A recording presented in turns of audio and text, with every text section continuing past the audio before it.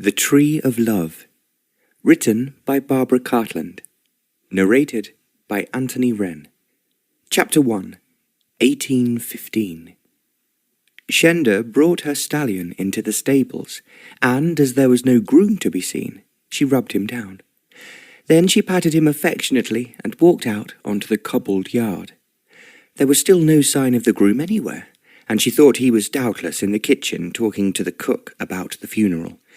She walked slowly, not into the house, but through the rhododendrons that led into the garden.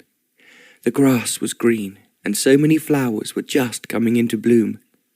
The birds were singing cheerfully overhead, but all Shenda could think about was that this was the end of her life as she knew it, the end of her home, the only one she had ever known. It seemed so incredible that everything could have changed so much since the beginning of the war. Her mother had died not long before the end of the Peninsular campaign, and she realized that she would have to look after her father, who had never been very strong. He had always relied on his wife for everything. Nobody could have dreamt that Lady Linbury, who had always been the spirit and inspiration of the whole county, could have died so suddenly. It was after an exceptionally bitter winter, and she had always been weak where her lungs were concerned. When she caught what was in fact a very bad attack of pneumonia, she refused to take her bed. She insisted on continuing to look after her husband and her daughter, as she had always done. When she could no longer move, see or speak, she had reluctantly agreed to rest, but it was too late. The doctor could do nothing, and the nurse they had ordered for her arrived after she had actually passed away. To Shenda, it seemed quite impossible that her darling mamma was no longer there for her. Everyone had always turned to her for help and advice, as she had always been an incredible tower of strength, not only to Linbury House, but also to the estate that had been in the family for generations. Now she was gone, and her loss would cause a great hole in the fabric of the place. Lady Linbury's system was old-fashioned in very many ways, but what did that matter? As Shenda's brother Johnny had said to her over and over again, "I will alter things and bring the estate up to date when I take over, but for the moment I am quite content to let Mamma do everything she wants." It was not as if he was able to do much anyway, as being in the army, he could take very little leave. He had travelled abroad with the first contingent of Wellington's army on the outbreak of war. After he had landed in Portugal, it was impossible at first to hear from him at all, and then occasionally letters came through, yet invariably by the time they arrived, they were out of date. Therefore they had no idea where Johnny was, or, as his father sometimes said bitterly, if he is alive at all.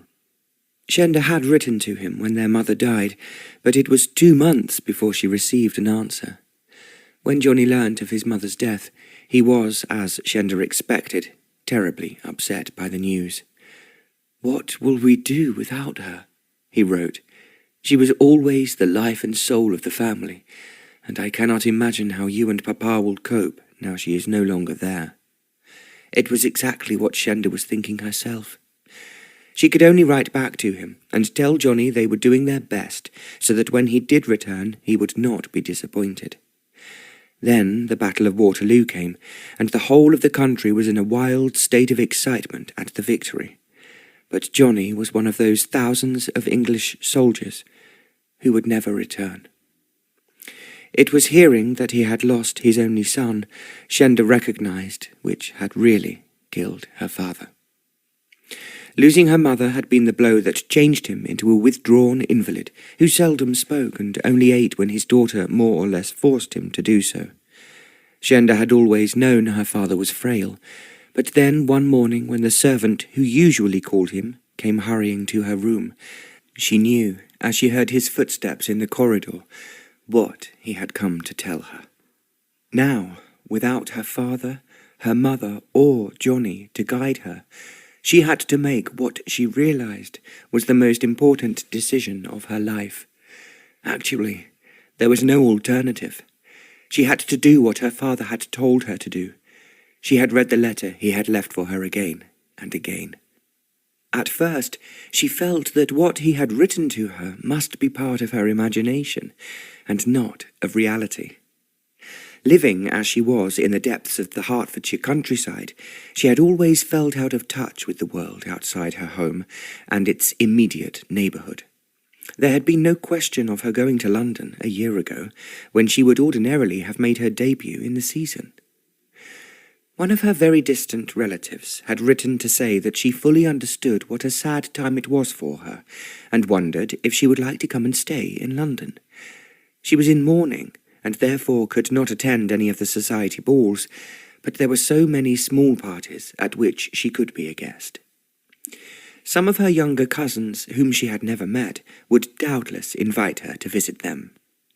In the past, Shenda had refused because she had her father to look after, and anyway she had thought it was not the sort of world she would enjoy.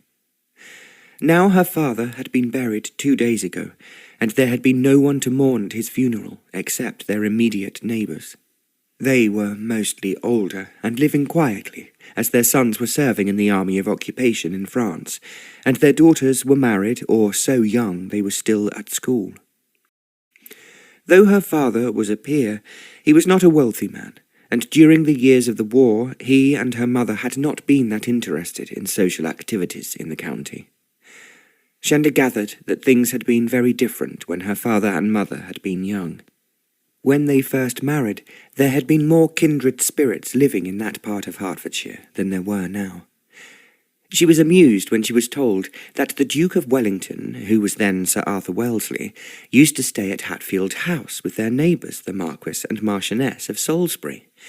Shenda had been told that Lady Salisbury had given him a sky-blue frock-coat, the colours of the Hertfordshire Hunt, and he had obviously appreciated the gift, as he often wore it when he rode to hounds. The Salisburys had always seemed somewhat aloof from their neighbours in the county, but still they had sent her a letter of condolence when her mother died.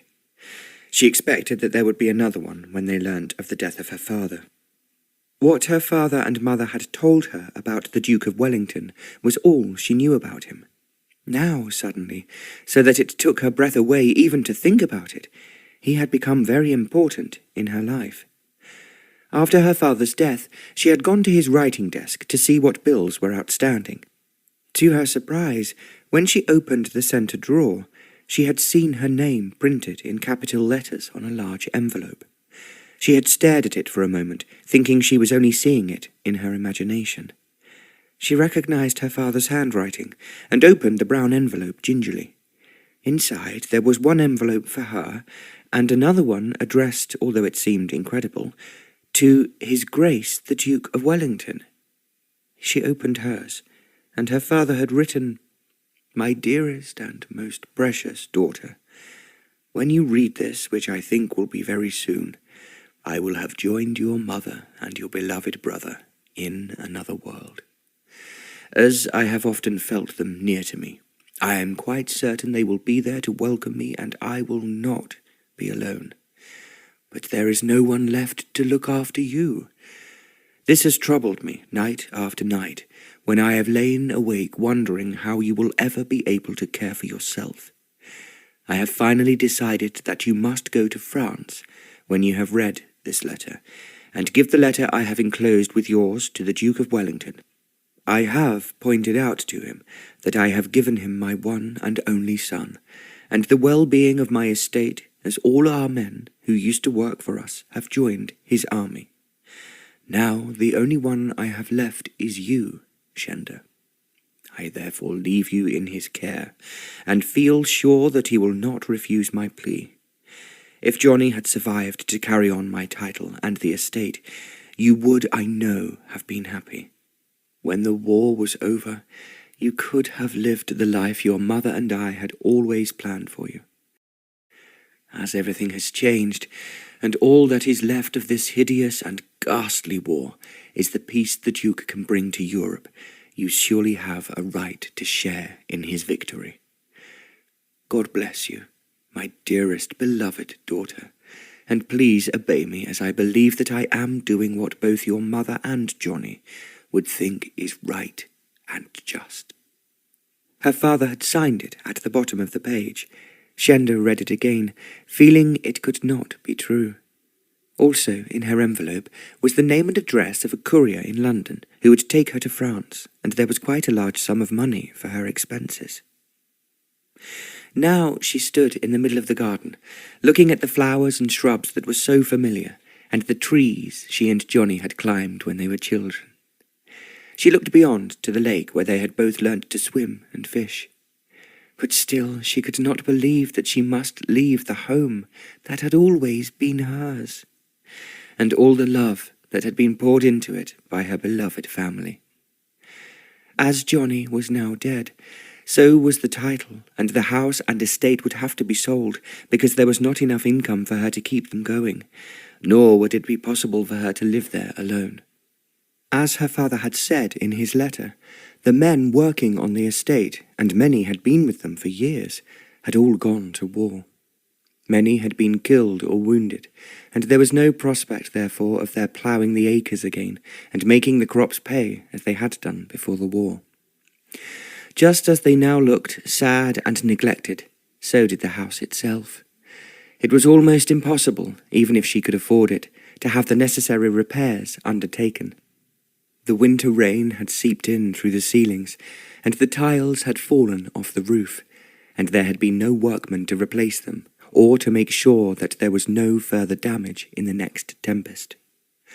The last few winters had been rough and very cold, and when they had killed her mother, they had destroyed part of the house, which was now uninhabitable. Now, whenever she looked at the house, she closed her eyes, as if she could not bear to see how many windows needed repairing. The house would one day fall down, or it would be left to the next owner to restore it to its former glory. At the same time, everything in her body rebelled against going abroad. How could she ever leave the England she loved so much, where everything was so familiar? Yet she knew that her father would think of it as an adventure for her. When he was a young man, he had spent much time exploring the world, and had visited many strange countries that seldom appeared in the geography books. Shenda could remember sitting on a stool at his feet while he told her stories, how he had climbed a mountain in India, and how he had travelled to Nepal, where few other Europeans had ever been, and how he had then explored the great unknown African deserts. He made it all seem so fascinating, vivid and real to the small child listening to him, and it was even better when she could follow his finger on the map. "If only my papa was able to come with me now," she thought, "it would be exciting, but if I go alone, it will be frightening and embarrassing, especially if the Duke has no wish to look after me, as papa has requested." She could hardly imagine why, at the moment of his victory, and now busy organising the army of occupation, he should take the slightest notice of her. Yet, as her father had once said, "Friendship is what counts ultimately in this world. The friendship of those you meet, if only for a short time, should remain with you in your mind and your heart, never to be forgotten." She knew her father had felt that about the Duke of Wellington. He had known him first when he was serving in India, and they had apparently become friends, although her father was much older. He had watched the extraordinary rise of the Duke from an unknown and not particularly successful soldier. And now he was the greatest soldier, the greatest diplomat, and to many beautiful women, the greatest lover. At the same time, it was one thing to admire a man, and to recognize him as the greatest conqueror of his time, quite another to be handed over to him as if she were just a book or a piece of Dresden china. "If he has any sense, he will refuse to have anything to do with me," thought Shenda. "If I was sensible, I would take the money papa has left for me and spend it finding a small cottage and somewhere to work." However, she was not certain what that work could be. With no prospect in sight for the future, and no one to protect her as her parents had done, she would have to find a place where people were kind and understanding. Equally, she was well aware that her mother would be shocked at the idea of her being unchaperoned. Even if she were living in a small cottage in a small village, people would know that she was alone and consider it imprudent and actually improper. "I suppose I shall have to go to France," she sighed. Then her whole being flowed out to the garden, to the flowers she loved, and always bloomed year after year just for her, and above all, to her many memories. There had once been white pigeons on the lawn, and a golden fountain that she had loved as a child. What was more hurtful than anything was to have to leave her beautiful stallion. She had ridden Samson every day since her father had given him to her on her 16th birthday. If Samson was permitted to do so, he would follow her unbridled and unled anywhere she went. She could not bear to actually give him away, and so she had asked a farmer who lived near the village if he would keep Samson for her, and he had promised to do so. "I've a grandson who'll be happy to ride him," he said. "I hopes he'll grow up to be as good a rider as you be, Miss Linbury, and I knows he'll come to no harm on that there horse." He refused to take any of Shenda's money, although she had offered some to him. "You be doing I a favour, and saving I from having to buy me grandson a donkey," the farmer continued. "You keep all your money in your pocket, Miss Linbury. You'll find it goes away quick enough if you goes amongst them Frenchies." Shenda had told the farmer she was going to France, and that was why she was leaving her stallion with him. He had guessed, although he did not say so, that she was going to visit the grave of her brother. It was indeed something she intended to do, if it was at all possible, but she had no idea where he was buried, or even if the Duke of Wellington would know where. It was agonizing to say goodbye to the garden and the lake where she had learnt to swim, and where her boisterous brother had once pushed her in. Her mother had been angry, but her father laughed. "The children are growing up," he counselled, "and they will have to look after themselves in the future. It is going to be a different world, Elizabeth, from the one we enjoyed when we were first married." That was indeed true, Shenda reflected. The war had changed everything. Nothing would be the same as it had once been. She went into the house and climbed wearily up the stairs to her bedroom. One of the local women came from the village each morning to clean the kitchen and cook Shenda's meal at midday. After her father's death, she just cooked something simple for herself at night, although sometimes she was too lazy or too tired to bother. Now she could hear Mrs. Smithson moving about in the kitchen, but she had no wish to talk to her. She realized that soon they would all want to say goodbye to her, and it would be impossible for them to do so without someone crying, and they would tell her over and over again how much they would miss her. What she had to do now was to pack all the things she would need. Some of her clothes, which she decided she would not wear again, she would give away to the villagers. She had already given a lot of her mother's clothes away, but had kept the best for herself. She thought she would take these with her. They were rather out of date, but still serviceable. As she had no idea what to do in France, it could be a mistake to be overdressed. Her clothes were simple and in good taste, and she was well aware that if nothing else, she certainly looked a lady in them. However, she was sure that the Duke, who had all the beautiful women of Europe around him, would find her dull and unattractive. There were endless rumours, even in the depths of the countryside, that he was enjoying himself with a great number of lovely women. Even before her mother had died, there was always someone who had a story about the Duke, which they felt compelled to tell her. As a schoolgirl, Lady Charlotte Bentinck, daughter of the 3rd Earl of Portland, was one of the first names that Shenda had heard mentioned in connection with the Duke of Wellington, then Sir Arthur Wellesley. She had not really listened, and yet she remembered the gossip that Arthur Wellesley had met Lady Charlotte in London when he returned from India, and that they had become lovers. It was only later that Shenda had understood what that actually meant. Now she remembered that when she was a bit older, she had overheard another conversation. Lady Charlotte's home in the Hotel d'Angleterre in Brussels was the focal point of all the news, military and social. Also, and it had been emphasized as extraordinary, Lady Charlotte gave a party every evening for the principal visitors then in Brussels, including the Duke of Wellington.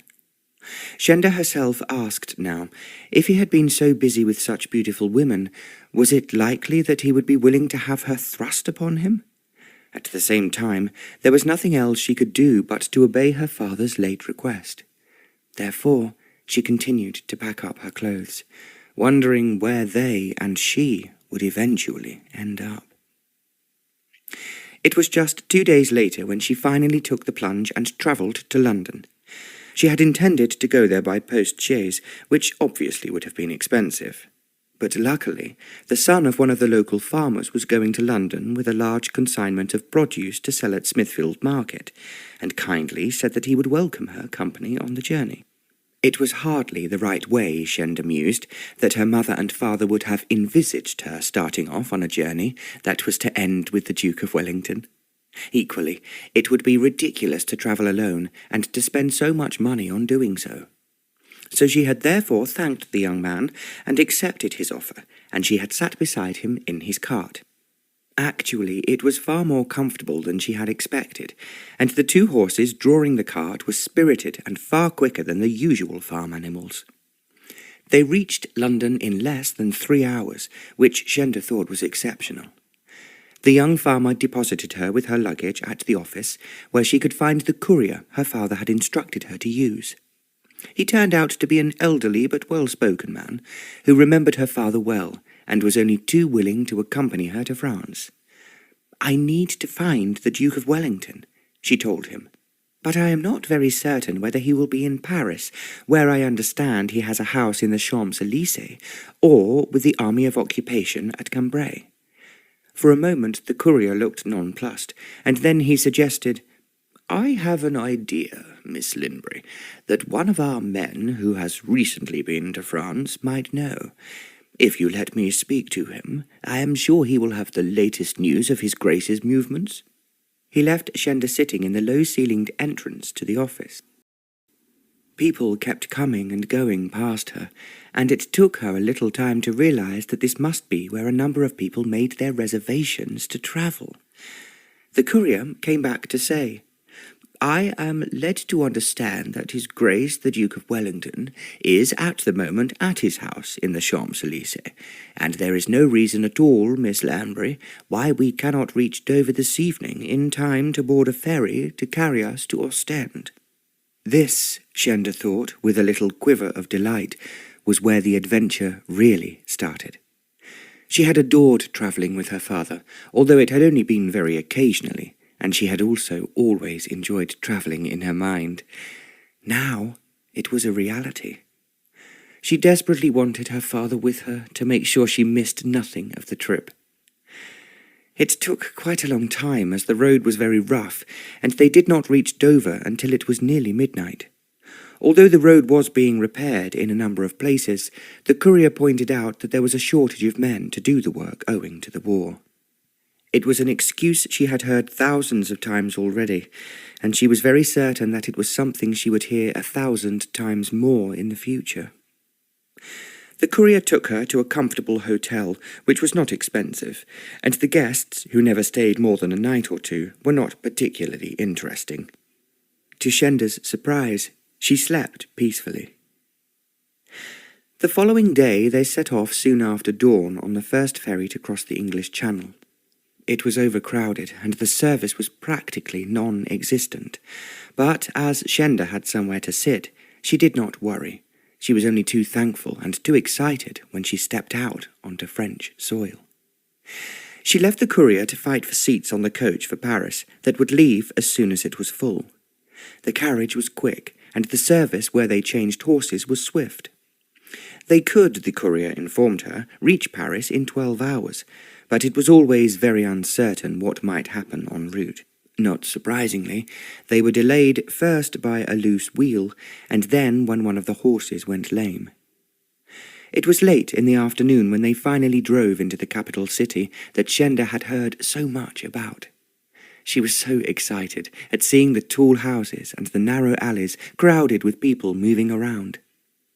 After Napoleon's last fling and his final defeat at Waterloo, the International Peace Conference had opened in July 1815 in Vienna. The Duke of Wellington and Viscount Castlereagh were the British delegates, and Britain's colours were flying high on the continent. It was undoubtedly Wellington's hour, and he could say, as he had declared before the Battle of Talavera, "The ball is at my foot, and I do hope I shall have the strength to give it a good kick." But on this occasion, the hour was to have its trials. Art was the first great French grievance. It seemed correct to the Allies that the art treasures seized by victorious French armies should, after they had been finally defeated, be returned to their rightful owners. The Duke's policy was deliberately temperate, and he was determined not to hurt the feelings of Louis XVIII, the restored King of France. He did not, for one instance, go to the extreme of demanding the Bayeux tapestries for England, nor did he encourage British enterprise at the expense of the French. In fact, when one of his aides-de-camp at Waterloo bought the field of Agincourt and began prodding amongst the French bones, the Duke was asked to intervene. He commented sardonically later, "I gave Woodford a hint to dig no more." However, despite the Duke's moderation, it took 2 months of bitter argument for the French government to agree to any restitution of art treasures. Shenda had read in the papers about the tremendous row there had been at the Louvre. British soldiers had given the Dutch permission to remove everything they claimed as theirs, although Parisian workmen refused to unhook the Italian pictures. When they had carried out the Venus de Medici, feet first, they were accosted by outraged onlookers, and Shenda had read that so much fuss was created that the Duke had to arrange for the removal of the Parisians' favourite trophies at night, including the 4 bronze horses from St. Mark's Basilica in Venice. They had been erected by Napoleon on a triumphal arch in the Place du Carrousel. The Venetians had wept and booed as their beloved Byzantine horses were brought down one by one in chains from the façade of St. Mark's. Therefore, to spare French feelings and to avoid a similar disturbance, Wellington ordered the bronze horses to be moved at night. He hoped that the French would sleep whilst they were taken away, and under only just a few officers, 20 civilians with their tools started to work. Suddenly, there was a loud noise. The National Guard then burst right into the Place du Carrousel, followed by a raging mob, and stopped them. The following morning, the Duke arrived, expecting to find the work completed, and in a rage he ordered 3,000 Austrians to seal off the Place du Carrousel. Each horse was finally brought down to uproarious cheering, while the howling mob was kept outside. It had amused Shenda to read all this in the London Morning Post.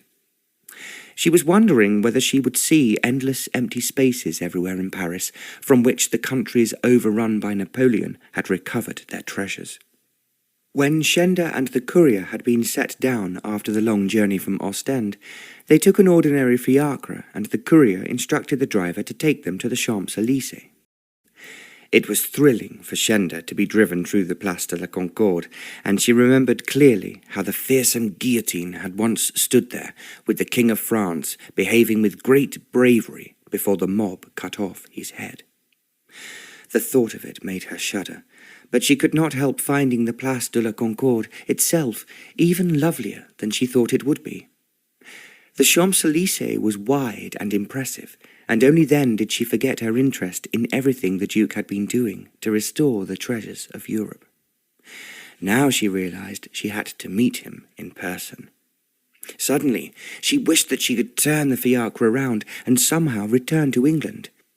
At least there she could be herself, and she would be among people who would sympathize with all that she was feeling, because they too had suffered from war.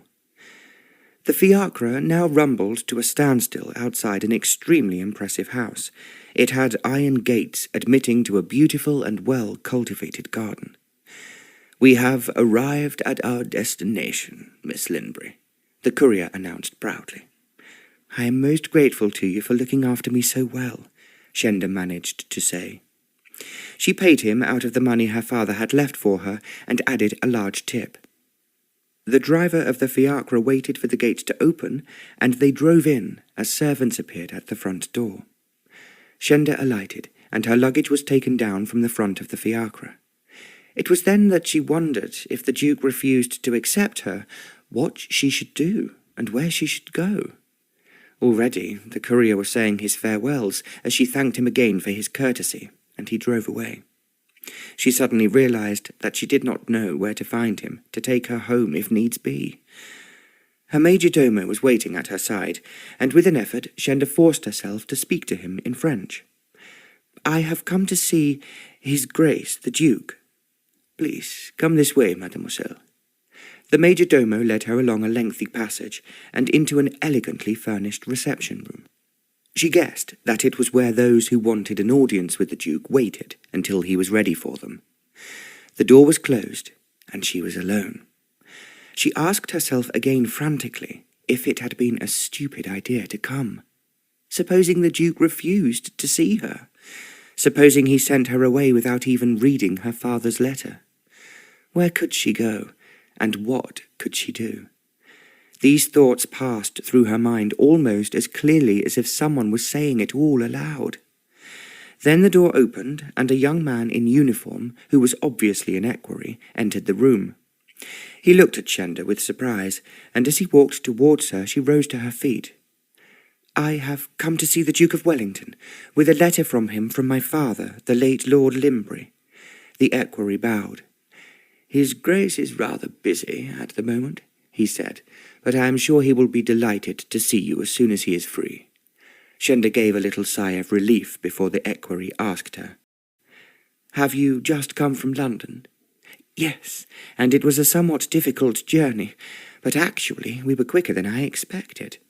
"Is this your first visit to Paris?" "Yes, but of course I have read and heard so much about the city that I almost feel I have been here." The equerry laughed. "We felt the same at first, but I have now been here so long I'm beginning to forget London and all the people I knew there." He was, Shenda recognized, making her feel at ease, and at the same time it was somewhat comforting not to be turned away immediately. She also realized, to her surprise, that he was looking at her with an expression in his eyes she had not expected. She could not think of anything further to say, and then he remarked, "There is so much I want to hear about London, and about England, if it comes to that.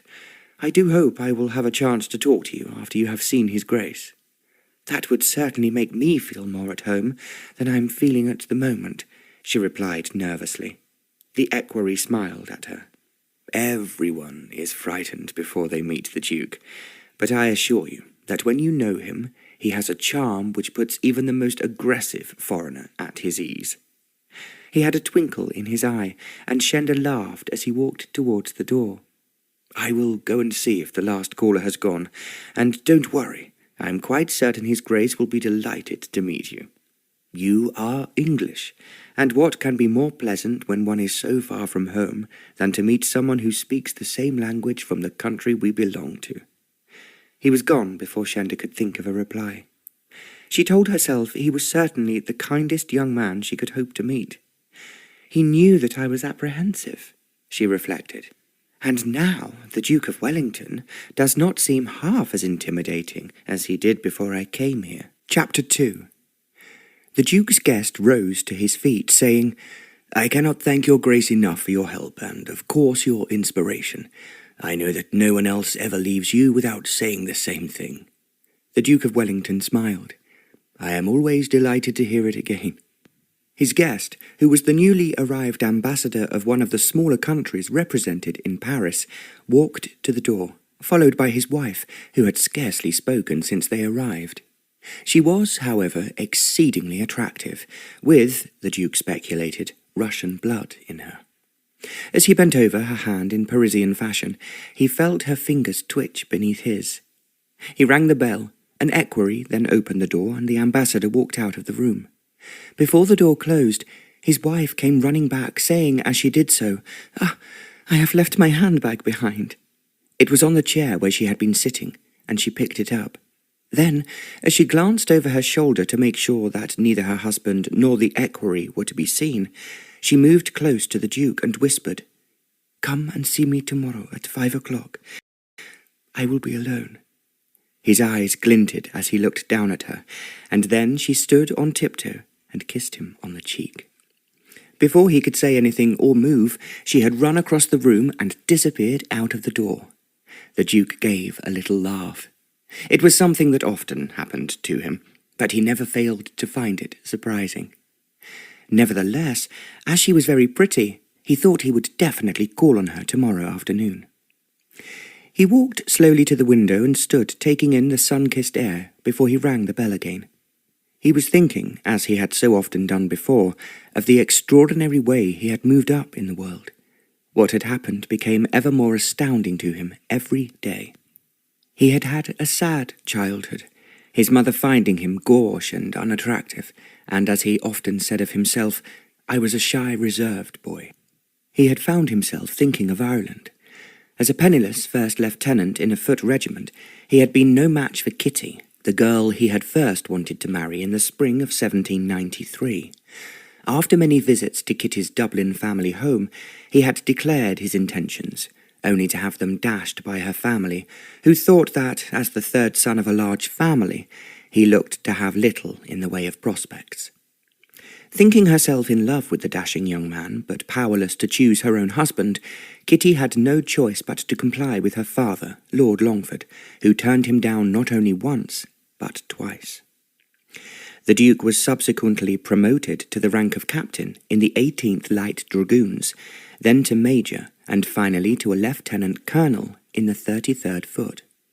Yet he was still not rated important enough by the relatives of the pretty Irish girl he believed he loved. Looking out of the window, the Duke thought how fantastic his life was now. Everything had changed when he left Portsmouth, bound for India at the age of 27. He could see himself now standing on the deck of the SS Rockingham with high hopes.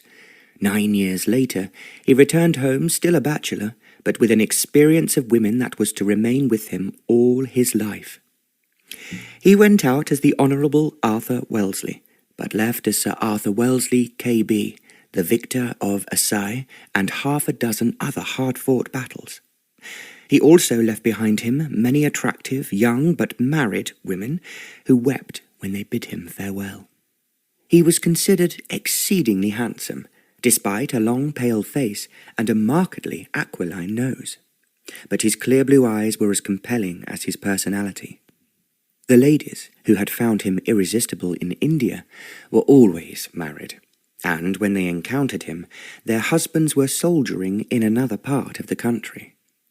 Looking back, the Duke knew he had never actually lost his heart, and yet he had certainly found the glamorous and elegant ladies of Calcutta intriguing. The regimental mess proved a place for meeting beautiful women that often led to the excitement of a new affaire de cour. There would be many delicious wines, starting with champagne, superb food, charming company, followed by horseplay, and by the next morning, a hangover. His brother Richard arrived in India in 1798 as the Governor-General, and this gave Arthur even more standing than he had already. Richard was talked of as living not like a lord, but like a king-emperor, whilst Arthur found himself even more pursued by the deserted wives of busy soldiers. When he left India, he was in fact better experienced in the ways of love than any of his contemporaries, although he had still never lost his heart. Kitty's family, who had turned him down as just not good enough for their sister, now communicated with him. They informed him that, as she had waited for him all this time, he would now be accepted as her suitor. Although he had not seen her for years, he decided in April to visit Ireland and marry his little Irish beauty. His clergyman brother Gerald was to marry them, and the wedding ceremony took place in the residence of the Longfords on the 10th of April, 1806.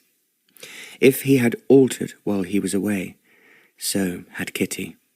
She had grown ugly, by Jove, he muttered to his brother before the ceremony took place. He was 37 years old by then, and she was 34, with much of her girlhood prettiness faded. In comparison, he had enjoyed a fiery love affair with the famous courtesan Harriet Wilson the previous year. It was clearly impossible for Kitty, an aging virgin, nervous, shy, timid, and exceedingly thin, to arouse him in the same way that beautiful and experienced Harriet had done. The Duke turned away from the window.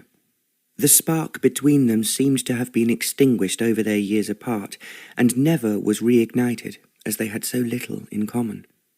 If he was honest, she often irritated him, and, despite giving him 2 sons, he preferred to be away from her. Sighing heavily, he tried to push his thoughts away from how disappointing his marriage had been. If he had used common sense, he would not, after so many years of being told he was not good enough for Lord Longford's daughter, have married her. But he was an honourable man, and it had seemed the honourable thing to do at the time. Now he harboured no wish to think further of what had happened, nor how much he had enjoyed himself before his marriage. He rang the bell rather more sharply than usual, and one of his equerries immediately opened the door. "Who else is here to see me? It's a Miss Linbury, your Grace. Bring her in." He was wondering why he should recall that name. He was sure that he had known no woman called Linbury. Then, as Shenda came into the room, his remarkable memory made him exclaim even before she reached him, "Your name is Linbury? Any relation to the Lord Linbury, who I well remember meeting several times when I stayed with the Salisburys?" Shenda smiled. "Yes, of course. My father went to quite a number of their parties, and told me he had often met you there. Then I am delighted to see you, and interested to learn why you are in Paris." Shenda held out the letter from her father. "My father is dead," she replied, "and he wrote this letter to you before he died." "Dead? I'm very sorry to hear it. He had not been well for some considerable time, but he forced himself to write this letter." Her voice trembled as she uttered the last word. He gave her a quick glance before sitting down at his desk, indicating a comfortable chair for Shenda. She sank into it. Then the Duke read the letter, and as he did so, he was remembering how much he had liked Lord Linbury. They had met in India as well as at Hatfield House, and he found more amusement there than anywhere else he was invited, and it had become a second home for him. In fact, the type of home he would have liked for himself. The great hall, the minstrel gallery, the library, or the lake, and the maze in the park all delighted him. He had been at Hatfield House when his only son was born, and later Lady Salisbury, accompanied by her 2 daughters, visited Kitty in Ireland to see the baby, at the same time inviting the Duke once again to stay with them for the fox hunting. It all now flashed through his mind, and he recalled the first time he had met Lord Linbury as a fellow guest. They had talked together when dinner was over, and he had been most impressed by everything the older man had to say. They had become real friends, and the Duke had looked forward to meeting him again whenever he visited Hatfield House. As he read the letter Lord Linbury had inscribed to him, he could hardly believe that what he was reading was true, and yet he could understand the many difficulties that had faced the dying man, the greatest of them being the future of his dearest daughter. He now addressed Shenda. "I'm so sorry to hear that your father is dead, and that your brother was killed at Waterloo. They both admired you very much, your Grace. I'm flattered, but equally I'm wondering what I can do about you. I know, it is really too much to ask, and I do feel embarrassed at coming here, but I did not know really what else I could do. What about your relatives? It sounds extraordinary, your Grace, but actually they do not exist. There are perhaps 1 or 2 old cousins who I have not seen for years, but I am quite certain they would have no wish to have me to live with them, even if they could afford it." The Duke looked down at the letter again. "I presume," he quizzed, "your father had very little to leave you?" "Only the house which is falling down, and the estate which has not been properly cultivated for years, and my stallion that I have left with a farmer who I know will look after him." The Duke did not speak. He was thinking that he had been left with a huge number of problems and difficulties by practically every country now represented in Paris, besides, of course, by the Parisians themselves. But he had never yet had a young woman without a penny in the world placed in his care. He was puzzled as to what he could say and do. What made it even more complicated was that at present he was deeply engaged in an affaire de cour with the famous opera singer Madame Giuseppina Grassini. It was one of his strangest and in many ways his most outrageous affair. Madame Grassini had been Napoleon Bonaparte's mistress at one time, and her voluptuous charms, her lovely contralto voice, and her obvious expertise in singing great music made her irresistible to any man. She spoke a mixture of Italian, French, and English, and wore a multicolored style of dress that had a gypsy look about it. She had amassed a large fortune from the gifts she demanded and received from many of her lovers. She was most talkative, impulsive, and at the same time exceedingly beautiful. Their first meeting was when she sang at a banquet the Duke had held in Paris for the Tsar of Russia. The Duke had been entranced by her performance, and had gone further and been enchanted by her as well. Of all his many love affairs, he often thought that this one was the fieriest and the most satisfying. Because of his infatuation with her, he had thought out an idea of making her the queen of the evening, and she became the first singer to be admitted to society. At the party the Duke gave for the Tsar, he seated her on a sofa on a platform in the ballroom, never left her side, and then he took her into supper in front of everyone. It was therefore not surprising that a great number of the titled English ladies present considered it an insult to them and their social status. But the Duke was quite oblivious, and did not listen to any rebukes, nor did they trouble him in the slightest. She had now been his mistress for nearly a year, but at the back of his mind he had a strong feeling that their love affair was coming to an end. At the same time, it was impossible for him to invite this young, innocent girl in front of him to stay in his house, even if he provided her with a chaperone. He thought that the one person he might just ask for help was Madame de Staël. This brilliant woman of letters had fascinated him, and he saw her practically every day in Paris. Her wit and wisdom were always irresistible, and she entertained the intellectuals of the day in her home. However, he was quite certain she would not want to be hampered with a young girl. "What the devil can I do?" the Duke asked himself, as he saw Shenda watching him with worried eyes. "This is a somewhat difficult situation for you," he began, "and also, as it so happens, for me. I was certain that was what you would feel, Your Grace, but perhaps if I could stay somewhere respectable, there would be some useful work I could undertake." The Duke smiled. "And what do you think that could be?" Shenda made a helpless gesture with her hands. "I have done such a lot at home, including nursing my parents, but I cannot think of any special talent I have, like dancing or singing, that could earn money." The Duke thought that this was certainly true, as at present Paris was filled with many artists of the greatest talent, and all of them anxious to gain his approval and that of the many foreign diplomats in the city. He was thinking of all the people he knew, and was wondering if any of them would be likely to oblige him.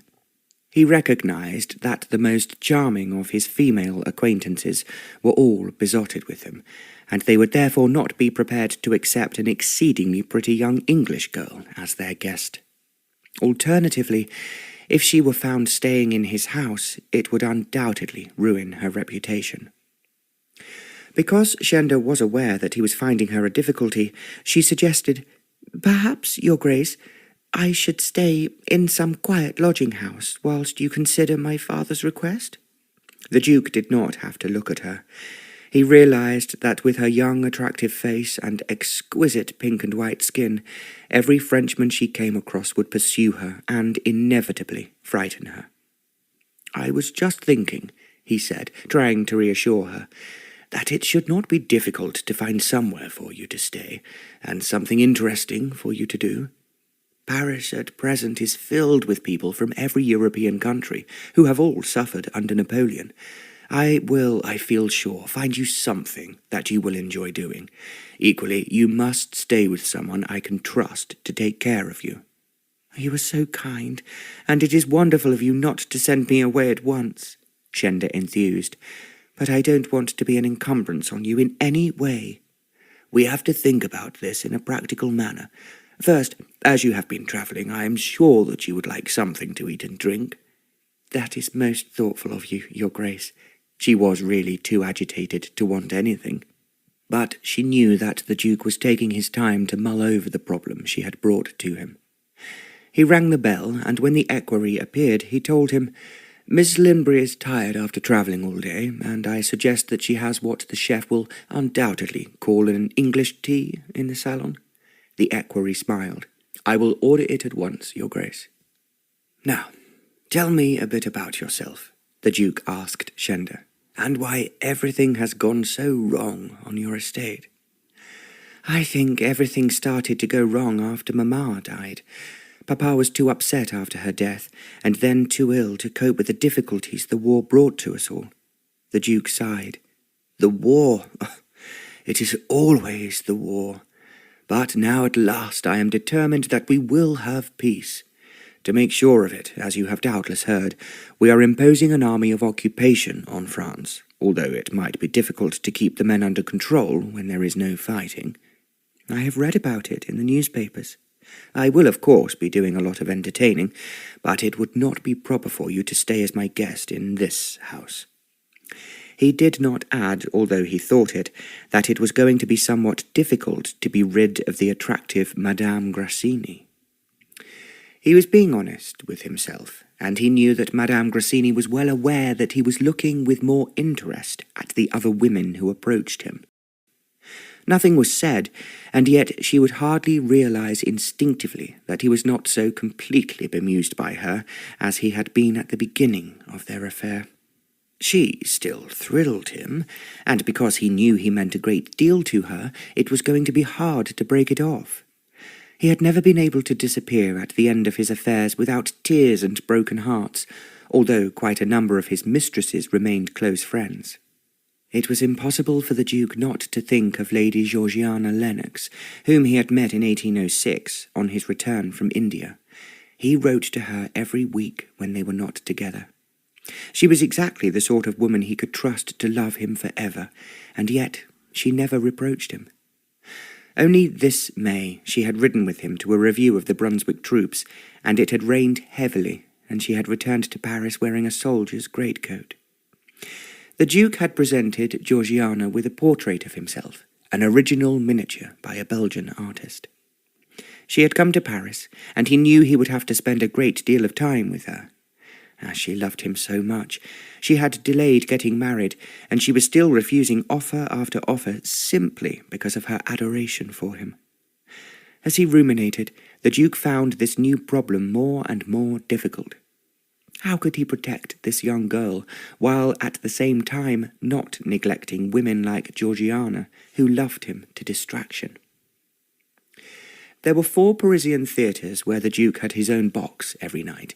They were the Grand Opera, Le François, Le Feydeau, and the Variété. It had been arranged that the Duke was to attend the Grand Opera tonight, and he wondered whether he should take Shenda with him.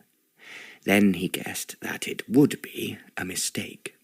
Everyone there would be quite certain that she was his latest affaire de cour. That would prejudice her relationship with the more particular hostesses in Paris, especially as he had suffered so often from jealousy amongst his admirers. The British government had recently paid the sum of 800,000 francs for a new embassy that bordered on the Champs-Élysées.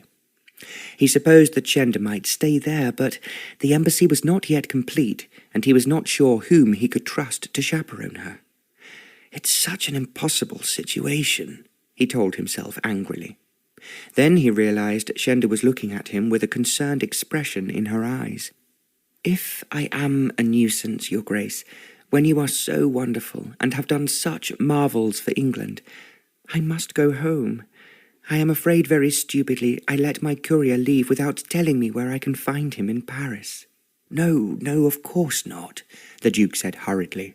"Your father has sent you to me, and because I had a great affection for him, I must respect his wishes. It's just taking me a little time to reflect on where you would be happiest, and what you would find most interesting to do." "Maybe there is a hospital where I can work. Then I will not have to trouble you with my accommodation." He stared at her, and then suddenly he had an idea. It came to him, he thought, almost as if it was a gift from God, at a moment when he most needed it. Quite the most remarkable and exceptional officer under his command at the Battle of Waterloo had been the Marquis of Kenworth. The Duke had met him in London when he was a young man of 28, and he had stayed at Hatfield House when he too had been a guest of the Salisburys. A tall, handsome young man, he had been pursued by ambitious mothers for their daughters, and because he was so good-looking, by a number of married ladies. The Duke had spoken to him on various occasions, and the Marquis told him that he had a very large estate in the country to look after, together with an ancestral home that had been in his family for many generations. He decided against joining the smarter regiments, already on active service on the continent, and instead he had become an officer in the Household Brigade, which for the moment was posted in England. "When you feel like going to war, Ivan," the Duke had said, "I will of course welcome you with open arms." The Marquis, who had only just come into the title, smiled at him. "You are most gracious, sir, and I will not forget your generosity." He had not said anything more, and the Duke had not thought of him again. Then, just before the Battle of Waterloo, when he was short of men and aware that Napoleon had collected a larger army than his, the Marquis turned up in Brussels. One look at him told the Duke that he was worried about something. "It is delightful to see you again, Ivan," he had said, holding out his hand. The Marquis, however, waited till the door was shut behind him, and then he muttered, "I have arrived here incognito, sir, and my name is Worth. Just plain Mr. Ivan Worth, with no title." The Duke had stared at him in astonishment before inquiring, "Why? What has happened?" "I have no wish to talk about it, but you promised me if I needed help you would give it to me, sir. Well, now I am begging you on my knees to keep your promise." "Of course I will, Ivan. Sit down and tell me what has happened and why you are now incognito." "I have left England because I am disgusted with the behaviour of certain people there," Ivan said slowly. "I wish to fight under you, but not using my own name." The Duke found all this somewhat perplexing. However, he was used to strange proposals. "Very well. Tell me what you want, and I will try to make it possible." "I wish to be under your command in your army," he replied, "and I will accept the rank of lieutenant so that I am just a junior officer and no more." "Very well. Well, if that is your wish, I will give you that rank.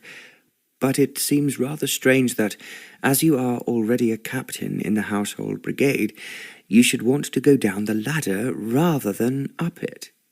"I have disappeared from England, sir, for reasons that would not particularly interest you, but they have upset and disgusted me. My only request now is that you accept me in your army, and allow me to fight with all my strength and might against Napoleon Bonaparte." The Duke thought it sounded rather like a drama on the stage, but he was not prepared to argue.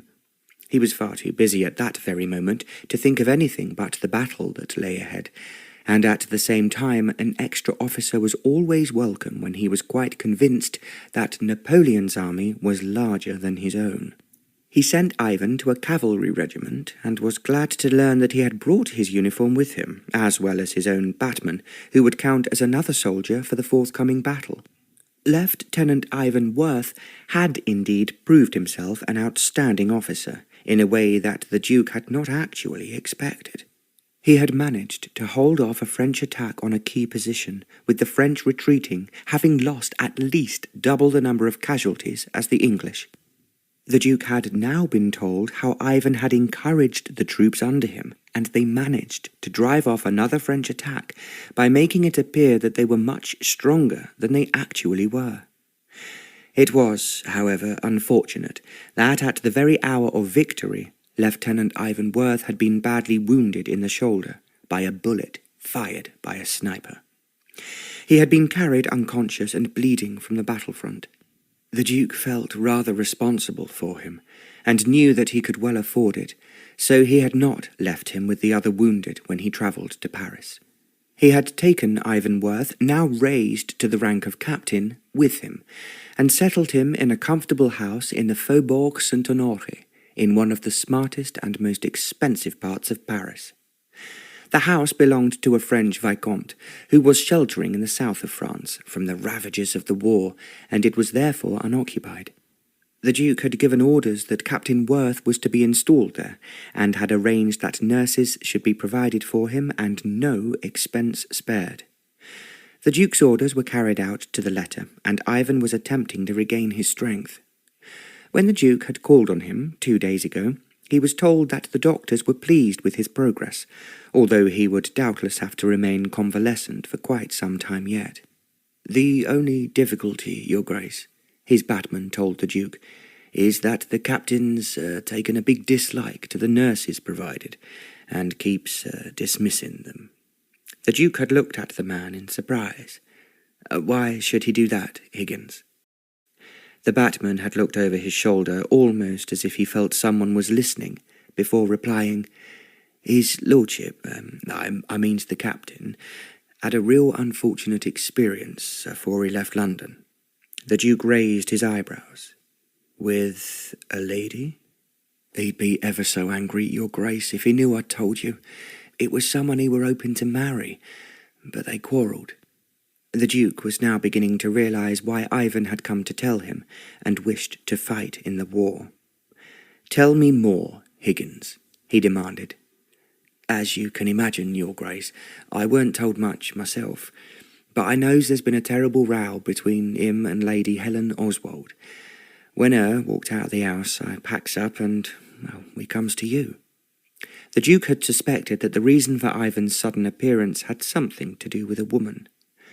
Who else, he had asked himself, could cause so much havoc to a sensible young man? "What I really thinks," continued Higgins, "is that his lordship now hates all women. He took a big dislike to those that were bandaging him. 2 of them tell me they won't come again, whatever the doctors might say." It now occurred to the Duke that here was indeed a respectable house where Shenda could stay. If she was there as a nurse, she would not require a chaperone. There would certainly be no necessity for one when her patient was too ill to think of love, and apparently had a personal dislike of the female sex anyway. Shenda was sitting upright, looking at the Duke with nervous eyes. He smiled at her. "It is all right, Miss Linbury. I have solved your problem, and I hope that you will find the work I am giving you will be interesting." "What is it, Your Grace?" "I want you to nurse a young officer who has been seriously wounded, and who is in a very comfortable house I found for him in the Faubourg Saint-Honoré. Do you want me to take care of him?" "But of course. He needs a nurse, and, as you say, you have nursed your father and mother. I am sure you will find no difficulty in carrying out what the doctors require." Shenda gave a sigh of relief. "Oh, thank you. Thank you so very much, Your Grace. I knew you would not fail to help me, and of course I will feel it an honour and a great privilege to help anyone who has fought so bravely at Waterloo." "I am here if you need me," the Duke said. "In the meantime, I will take you there, and I am sure you will be very comfortable." Thank you, Shenda repeated. "I think you must be the most marvellous man in the world, as you seem to solve everyone's problem. The newspapers have been full of praise for you, and I will add to their tributes by saying that I, too, have found you to be very wonderful." The Duke smiled.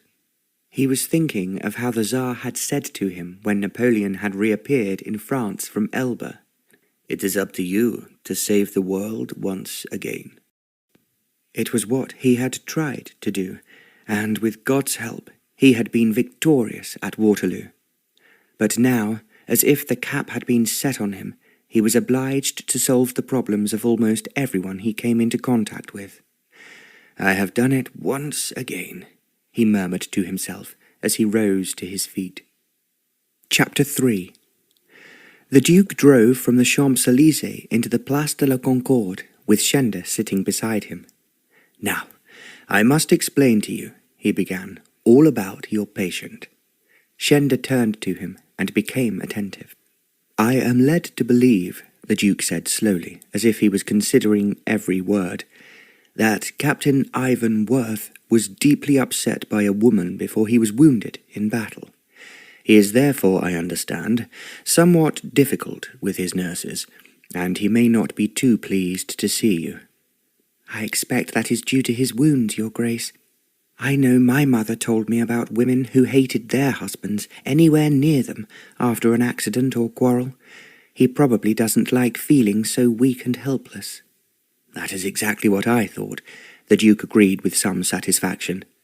"I hope, therefore, you will be able to persuade him that his wound has come from the French guns and has nothing to do with the female sex." Shenda laughed, as if it sounded rather funny, and then she asked him in a different tone, "Is he very badly wounded?" "He was hit in the shoulder, and of course, as it was not attended to immediately on the battlefield, his wound was very painful and septic by the time he could reach the military hospital and receive proper attention. But I can assure you that Captain Worth was exceedingly brave, and I have recommended him for a medal, which I will make certain he is awarded." Shenda drew in her breath. It seemed to be very exciting to be asked to treat a hero of the Battle of Waterloo. As they drove on, she remarked, "It must have been very upsetting for you to lose so many men, even though you were the victor, Your Grace." The Duke turned to look at her. "I only pray that we never have to go to war again. Any man who saw those young bodies lying about after the battle was over, and the terrible slaughter of horses, would do anything in his power to prevent any war." There was a tone of pain in his voice that Shenda found very moving, and she added quickly, "Now you have really defeated Napoleon. My father believed it would mean peace for at least 50 years. I am sure your father was right, and I will certainly pray that it may be extended to at least 100 years. As he was speaking, their carriage was climbing up the road that led into the Faubourg Saint-Honoré. They came to a halt outside an impressive mansion, and she thought, although it would be a mistake to say so, that Captain Worth must be a rich man. A butler, who bowed to the Duke, opened the door. "I am afraid, Your Grace, that the captain is asleep at the moment." "I thought that he would be at this hour," the Duke replied, "so I would like to speak to Higgins." The butler showed him into a room that was very expensively furnished, although Shenda thought it needed a female touch, as there were no flowers, and everything in it seemed too formally arranged, as if it was seldom used. The Duke walked to stand in front of the fireplace. She was just about to ask him some more questions when the door opened, and a man came in. As he advanced towards them, the Duke asked him, "Good morning, Higgins. How is your patient?" "He's had a bad night, Your Grace. Tossing about he were, and I had to give him some of that medicine you don't approve of, what knocks him out." "I have told you not to give it to him too often," the Duke said. "I dislike anyone feeling pain, but at the same time I think the drugs the doctors supply to those who can afford them are often a grave mistake." "I agree with you," Shenda came in. "My mother was very much against any form of sleeping pill, and when she became ill, she refused to take them, even though the doctors tried to press them on her." "They do so if the patient is at all troublesome, and I have told Higgins, who looks after his master admirably, that he is to avoid using those drugs unless it is absolutely essential."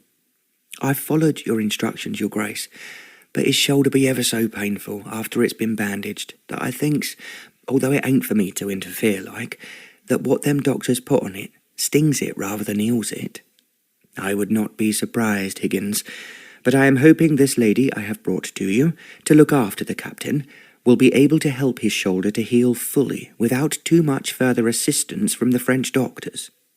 The way he spoke told Shenda that he had no use for any doctor. She remembered reading in a newspaper report, many of the wounded being treated in hospitals in France are worse when they come out than when they went in.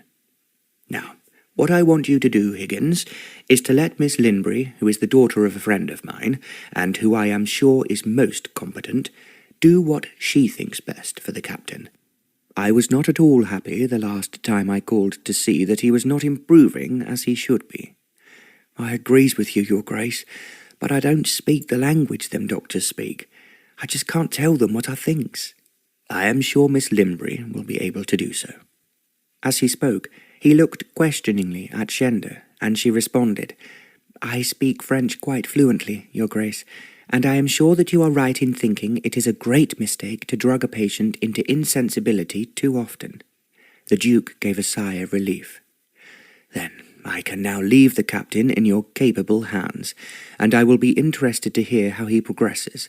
I am sure that Higgins will look after you, too. He turned to Higgins. Miss Linbury's luggage is in the carriage. Will you have it taken up to the best room available? At once, Your Grace. He left the room, closing the door behind him.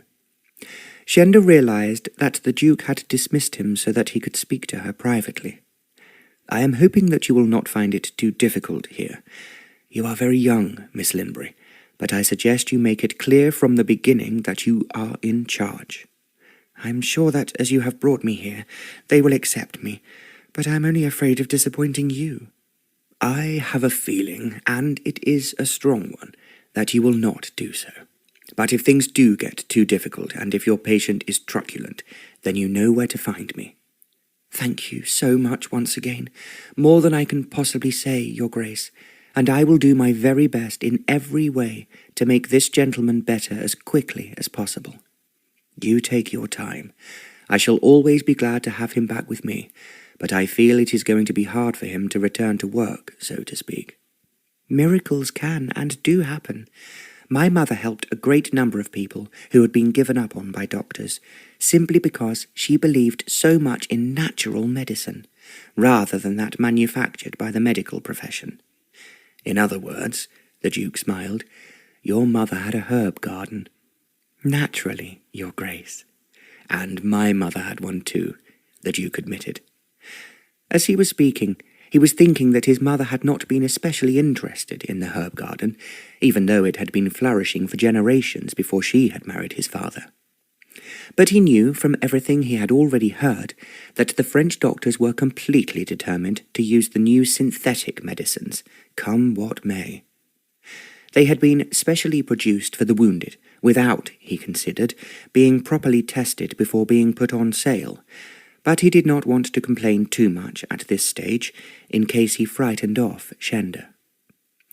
He could not help reflecting that in his usual lucky way, he had found exactly the right person for young Ivan to put him back on his feet again, especially so that he would then be ready to accept the award he had so deservedly earned on the battlefield by his outstanding bravery in the face of the enemy.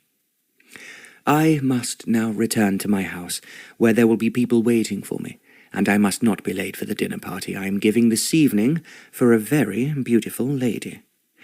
To his surprise, Shenda laughed, and as he looked at her inquiringly, she remarked, I am sorry if I may sound rude, but from all I have heard about you, Your Grace, I would be very disappointed if you were not in the company of a beautiful lady when not fighting a battle.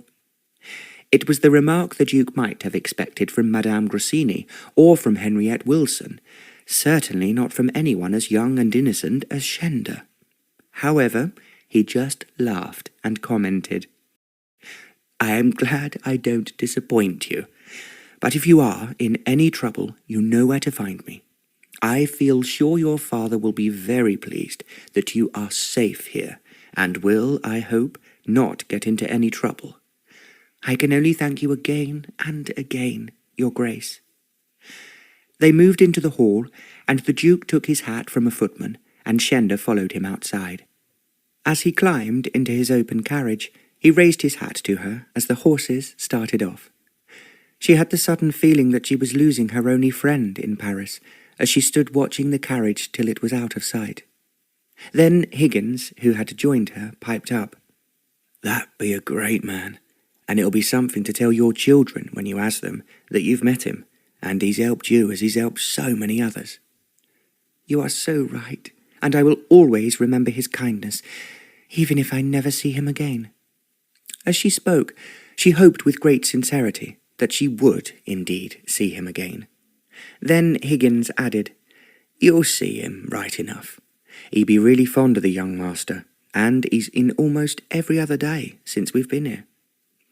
Shenda felt no one could be kinder than the Duke, and as she followed Higgins upstairs, she was praying that she would please him. And that entailed restoring Captain Ivan Worth to good health. Higgins led her into what she soon realized was the master suite.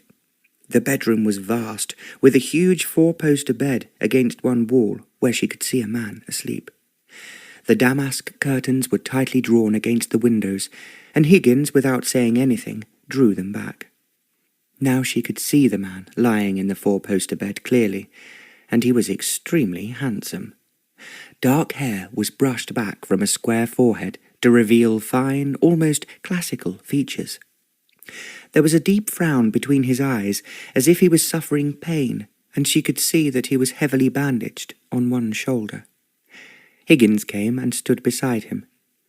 "That there shoulder," he murmured, "ought to be healed by now, but the stuff they're putting on it seems to make it worse."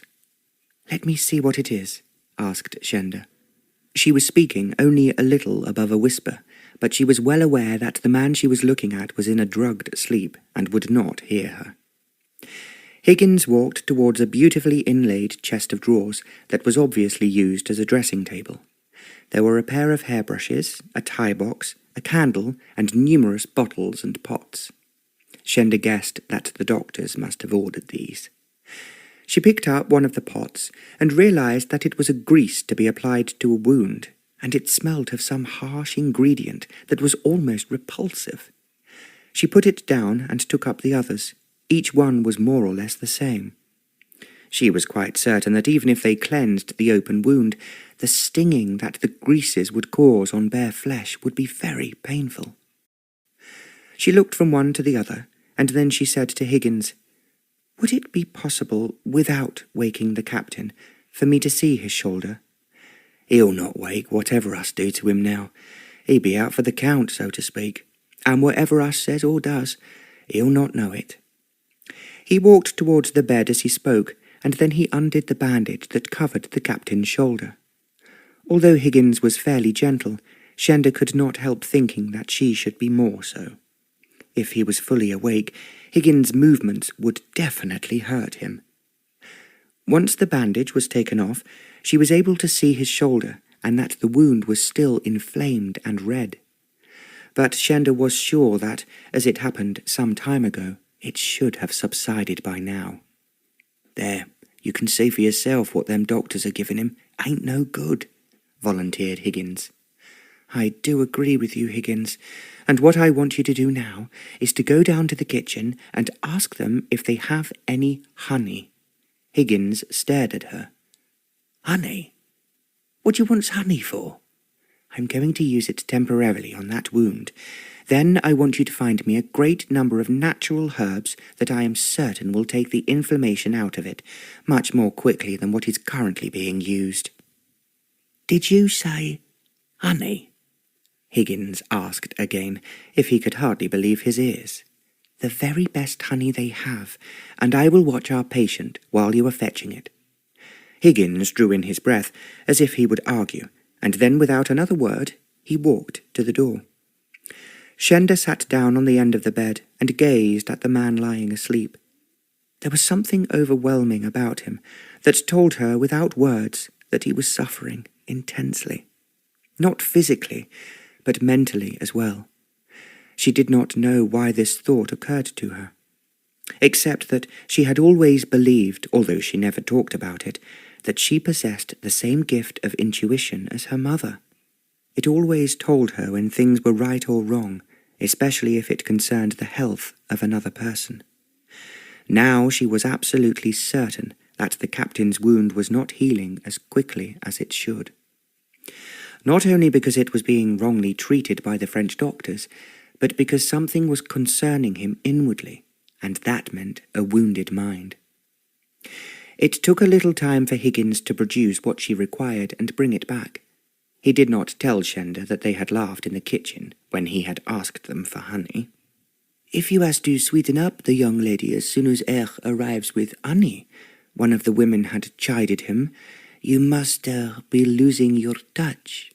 She had spoken to him in very broken English, but Higgins had understood what she was saying.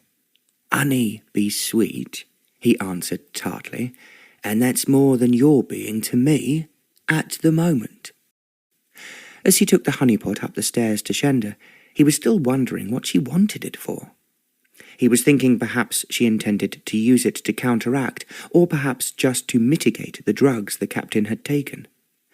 To his great surprise, she took the honey from him and very gently smoothed it over the captain's wound. Higgins watched her with growing astonishment as she covered all the inflamed flesh with sticky honey. And then she spread it round the side of the wound, rubbing it gently in with her long fingers. After she had finished with the honey, she waited a few moments before she covered the wound. She laid clean linen carefully on top of it before she bound it again. Higgins noticed that she bound the bandages firmly, and yet not as tightly as those applied by the doctors. Picking up the honey-pot, Shenda put it on the chest of drawers. After a long silence, she proposed, "Can we go somewhere so I can write out a list of my requirements?" Higgins opened a communicating door at the end of the room, and she saw it led into a boudoir also beautifully furnished. Yet there was something rather formal and orderly about the room, as if no one relaxed in it. There was a secretaire near one of the windows, and she sat down and started to write out a list. "I am sure there is a herb shop somewhere near us, Higgins. If not, any shop that sells flowers and plants might be able to oblige you. And I am sure you will not get every one of these different herbs, only some of them. I beg you, as they are so very important, to ask the shopkeeper to find them for you as soon as he can." She handed Higgins the long list, and he stared at it incredulously. As if she thought he could not read very easily, she read aloud. "Down, daisies, elm tree, goldenrod, true love, Solomon's seal, tansy, yarrow, and maidenhair leaves." "I've not heard of any of them," Higgins remarked. "They are particularly recommended for wounds by Nicholas Culpeper. He was a very famous astrologer-physician in the 17th century." "I've never heard of him neither," exclaimed Higgins, this time a little sourly. "He was well known in his time, and people still read his books and tracts, which you will not be surprised to hear were all then condemned by the medical profession, but they have, however, proved since to be wonderful for everyone who has used them. Herbal remedies have the most amazing powers, and I saw my mother cure sick children and older people almost immediately by herbs when the doctors had given up helplessly." "Well, us might as well move with the times," said Higgins, "but this lot seems that strange to I." "I don't mind betting, Higgins, you will be saying something different in a week's time." "I'm not risking losing a bet like that, miss. I've a feeling that you knows more than I, and you be betting on a certainty."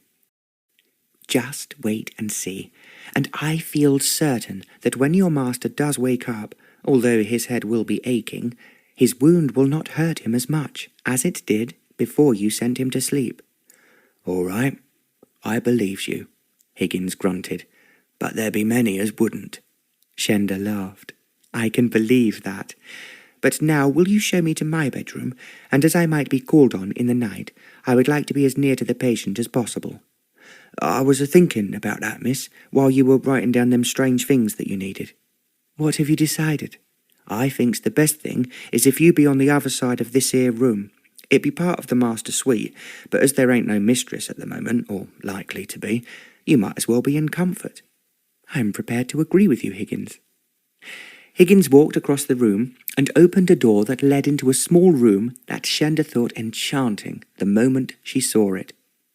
It was obviously a woman's room, and its last owner had gracefully decorated it. The bed was a four-poster, and the curtains were of the softest pale muslin to match the eiderdown. There were pink carpets, pink curtains, and on the ceiling was a picture of Venus surrounded by cupids. This, Shenda decided, was a room designed by its owner for love. No woman could have slept in it without thinking she was being treated like Venus herself. "I would love this room," she enthused to Higgins. "But is there someone important who should sleep in it?" "You needn't be frightened of that. I understands the owner of this here house be far away in the country, and he's no wish to be anywhere near the war." "It is a lovely room, and I am sure I will be happy here," sighed Shenda. There was a slight hesitation before Higgins added, "That's what I hope she'll be. Yet it be a mistake to count your winnings before you ask them." "I do know, Higgins. Please be very kind, and bring my trunk upstairs. I will unpack before our patient requires my attention." She felt he was about to say something, and then he deliberately stopped himself. She knew instinctively that it concerned his master, and after what the Duke had said, although she tried not to think about it, she felt distinctly anxious.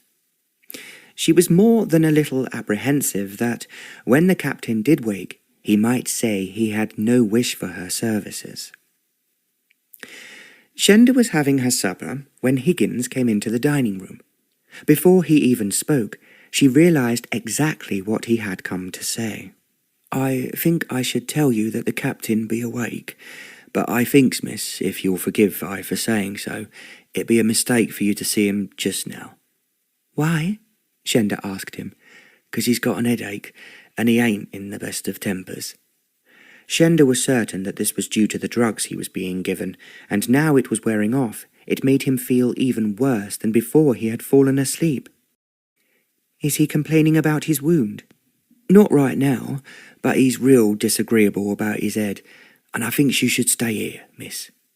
Shenda felt that he was right, and that it would be a mistake to thrust herself on the captain when the drug he had been given upset him.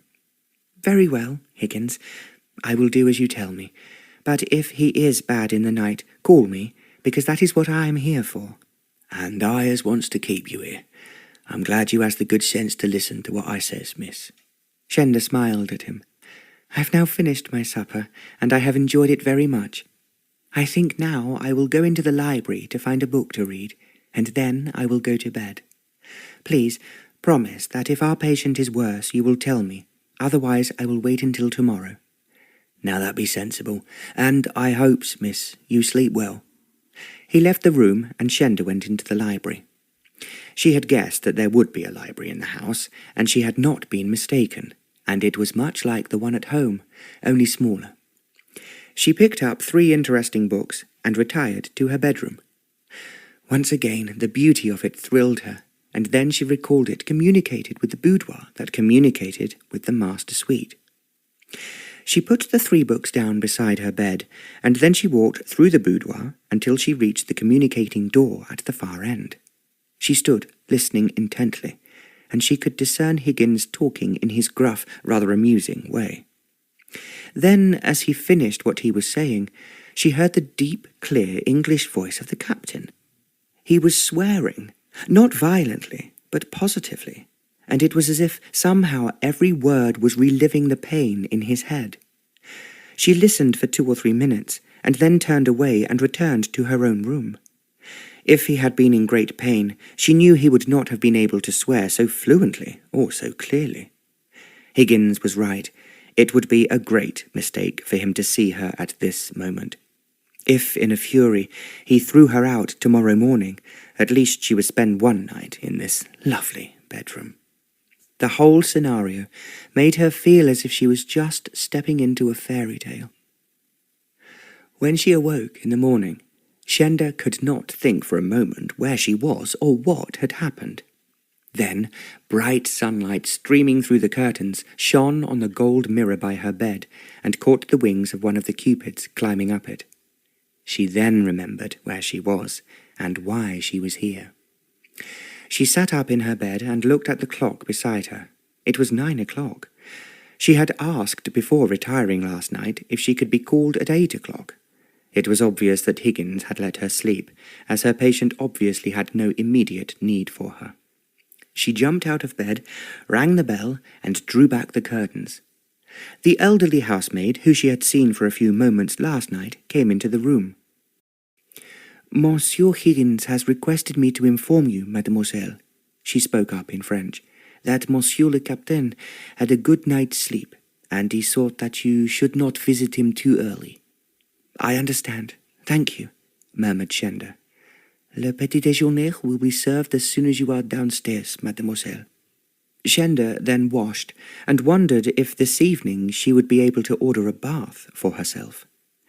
Then she put on one of her plainest dresses, hoping it would make her look professional, and arranged her fair hair neatly, but not as elaborately as she usually wore it. She smiled graciously at her reflection before she walked downstairs for breakfast. It was a French breakfast of croissants and coffee, and she was delighted to see that there was a pot of honey on the table, as if to remind her, she thought, that it was to be eaten and not used otherwise. She was just finishing a second cup of coffee when Higgins came into the room. "Good morning, miss. Have you had a good night?" "Very good, thank you, Higgins. But I do feel rather guilty at being so late and leaving you so much to do." Higgins laughed. "I ain't done much, I can tell you. I'm not touching that there wound now that you've put that sticky honey all over it. I've no wish to hear what his nibs has to say when he sees what it looks like this morning." "You are quite right, and I think it would be wise for me to go in alone and tell him who I am." "Perhaps it'd be better if I do comes along with you. He's never in a good temper first thing in the morning." "I can understand that, because he has been sent to sleep by one of those nasty drugs. But if you have not given him another one, the effects should be wearing off by now." "He certainly has a lot to say, miss." It was quite obvious to Shenda that he was worried in case his master was rude to her, or if he upset her, as he had obviously upset his previous nurses. As she rose from the table, she smiled at Higgins. "I have to be brave and see the captain now, and I hope it will not be as bad as you are anticipating." All right, miss. You thinks I'm a fusspot. But I wants to have you here, 'cause I thinks them doctors be doing him no good." "Then I tell you what we'll do, Higgins. I will cope with your master, if you will go now and fetch me the herbs I wrote down last night. It will take you a little time, but I am sure you will find a shop that stocks most of them." For a moment she thought that Higgins was going to refuse, and then he answered, "All right, but you be here when I comes back." "I certainly will be." She ran upstairs at once, while Higgins disappeared down the corridor that led to the kitchen. Only when she reached the captain's bedroom door did she draw in her breath. She was praying that the gentleman suffering inside would not be too offensive when he saw her. Then she opened the door and entered. Captain Ivan Worth was sitting up in bed with his breakfast tray beside him.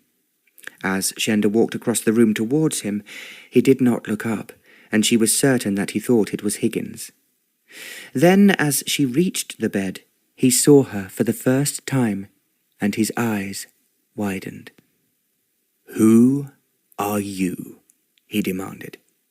"His Grace, the Duke of Wellington, brought me to you yesterday. He has asked me to nurse you, and to heal the wound you sustained so gallantly at Waterloo." "The Duke has asked you to nurse me?" Ivan asked incredulously. "Why should he do that?" "I have done quite a lot of nursing in England, and I think you are not recovering as fast as the Duke expected." "So, he sent you here to me? Well, I wish he would mind his own business. I have sent away 2 other nurses, and I have no intention of having a woman fiddling about with me." He spoke harshly, and Shenda gave a little gasp. "Please, let me try to help you. I know I can do so, as the doctors have been giving you the wrong medicines and treating your wound in the wrong way." "I am more than ready to believe that," he snapped. but I don't want any woman in this house. So please, thank the Duke, and tell him I have no wish for his interference." He spoke so crossly and firmly that Shenda knew he meant exactly what he said, and that he was determined to have his own way. For a few moments she stood looking at him, and then she gave what was almost a little cry. "Please, please," she pleaded, "don't send me away. I have nowhere to go and no money." Ivan stared at her. "I presume you can go back to the hospital where you came from," he muttered. "I did not come from a hospital. I have never been in one in my life. I have come from England." "From England? To nurse me? I don't know what on earth you are talking about." "I came to Paris to see the Duke," Shenda told him, "because my father is dead, and he sent me to him as I had nowhere else to go, and no money." "What do you mean you have nowhere else to go? You must have relations or friends." "He sent me to the Duke because my brother was killed at Waterloo, and since the people who worked on our estate had all gone to the war, it had fallen in a bad state, and so had our house." The words came almost brokenly from between her lips, and her eyes were filled with tears. With a tremendous effort, she managed to add, "Papa sent me to the Duke, and the only way he felt he could help me was if he put me here to nurse you. Please, please let me try. I promise not to do anything to upset you, but I am very sure I can make you much better than you are at present." "I just cannot see how you can be sure of that, nor is it the Duke's business to send me women he cannot cope with himself." "He was being kind, and he was also very anxious about you," Shenda cried. "I don't want the Duke, or anyone else, to mess me around, and I don't want a woman in this house." Shenda gave a little gasp, and the tears ran down her cheeks. Then Ivan admitted, "At any rate, my wound is better today than it was yesterday, so you can tell the Duke there is no need for any interference on his part." "It is better than it was yesterday," she exclaimed. "But do you know why?" Shenda did not wait for an answer, but carried on. "It is because I took off the grease the doctors had put on your wound and dressed it with honey. I knew that it would take away the inflammation, and if you leave it, it will take away the pain as well." Ivan stared at her. "What on earth are you talking about?" he fumed. "When you were unconscious from a sleeping drug you should never have been given, Higgins took off your bandages, and I could see what a terrible state your wound was in. The creams they have given you that I looked at on your chest of drawers caused the inflammation. So I sent downstairs for honey, and although they laughed at the idea, I knew that you would be better this morning." Ivan put his hand on his bandages as if to see that they were still there, and then he mumbled, "Now I think of it, I recall my mother once saying that honey is a healer." "It is a really wonderful healer, for both inside and out. Oh, please, please, let me help make you better." "I have already said I don't want a woman messing me about," Ivan repeated. However, the way he spoke now was very different from the way he had spoken earlier. "I promise to keep out of sight and out of your way as much as possible, but I swear the honey I will treat you with, and the herbs that Higgins has gone to buy, will make you feel better in a few weeks, if not days." There was silence for a moment before he said, "I suppose I must believe you, but if you annoy me, or do anything I dislike, then you must leave at once. Do you understand?" "Yes, yes, of course, Captain, and I will be sure to keep out of your way as much as I can." She looked at him and saw that he was scowling, so she added quickly, "Thank you, Captain. Thank you for letting me stay. I really do have nowhere to go, and it would be extremely humiliating to have to go back to the Duke again." Because he did not answer, she added, "I will wait till Higgins comes back with the herbs I have ordered, and then he and I together will attend to your shoulder. Until then, I will keep out of your sight." She did not wait for a reply, but hurried across the room and through the communicating door to the boudoir. Only as she shut the door behind her did she realize that she had been saved. Saved by no more than the flicker of an eyelid from being sent away. For a moment she felt almost faint. It had been, as she was so well aware, 100 to 1 chance that the captain would want to get rid of her, and yet now, almost by a miracle, she was safe. She could stay as long as he saw as little as possible of her. "Thank you, God, thank you," she prayed over and over again as she ran across the room to the window. As she looked out onto the street outside, she felt as though she had fought a battle on her own. Although, like the Duke of Wellington at Waterloo, the odds had been against her, she had been victorious too. Chapter 4. When Shenda left him, Ivan had told himself he was a fool. He had made up his mind to have nothing more to do with women. Yet here he was, giving in feebly to a woman sent to him by the Duke of Wellington. At the same time, he was forced to admit to himself that she had a point in saying that the way the doctors were treating him was disastrous. By this time, he should be feeling much better than he was so far. Even to think of a woman brought back Helen into his mind. He felt his fingers clenched together as they had done when she first upset him. Ever since he had left Eton and Oxford, he had been pursued by women. Not only because his father was so immensely rich and had an important title, but also because he himself was exceedingly good-looking. It was impossible, with his background, for women not to find him very desirable from a social point of view, and even more so when they met him. Even when he was a schoolboy, many women had admired him and told his mother how attractive he was, and she had often said when he was older, "I hope, darling, that you will marry someone who will love you for yourself, just as I loved your father, and not because you are a friend of the Prince Regent." When the Prince of Wales became Prince Regent because of his father's illness, he looked to Ivan for help, and he was asked to every party at Carlton House. He was surprisingly knowledgeable about pictures and furniture, and the Prince Regent always took him with him when he was searching for new treasures for his house.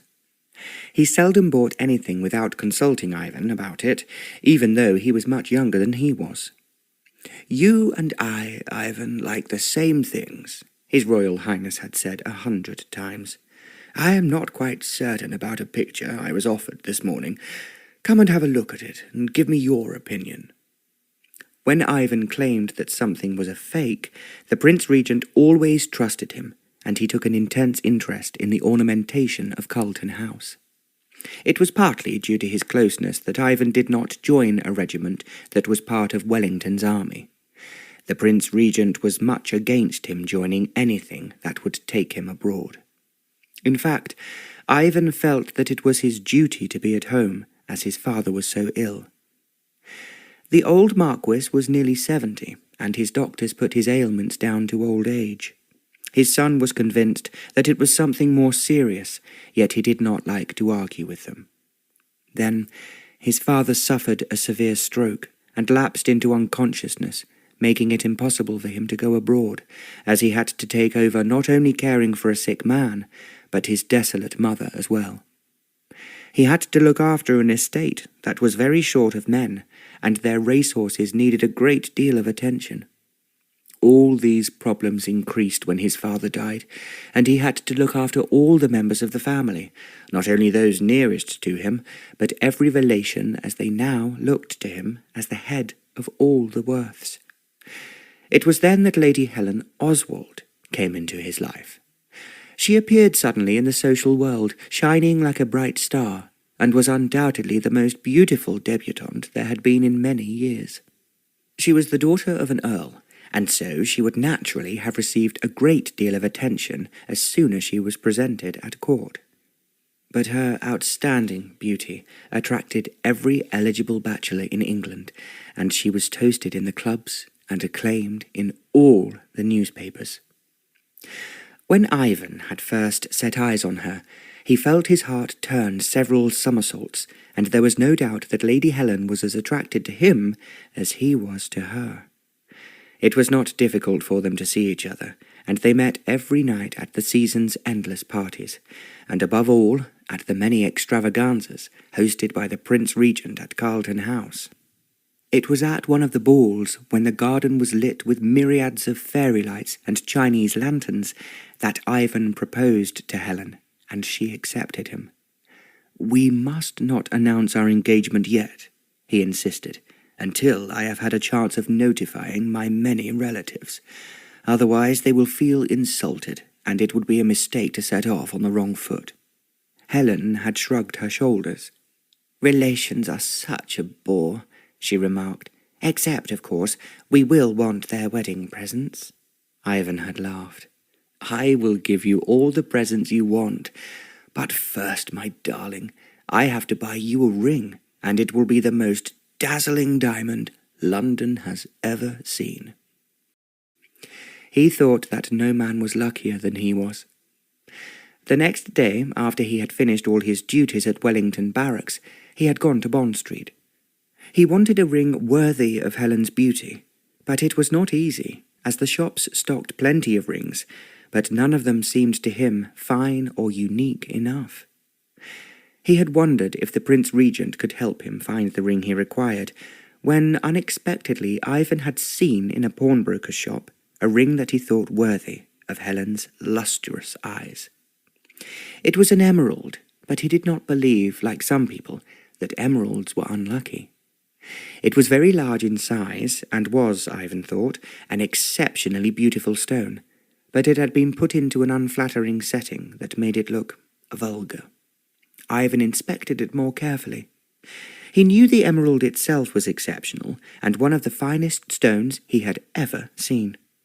He bought it, took it to Bond Street, and told them to set it as it should be, but he did not tell Helen about his find. That evening she inquired delicately, "When am I going to see the ring you promised me, Ivan? And then, when can we announce our engagement?" "Give me 2 more days," Ivan had answered her.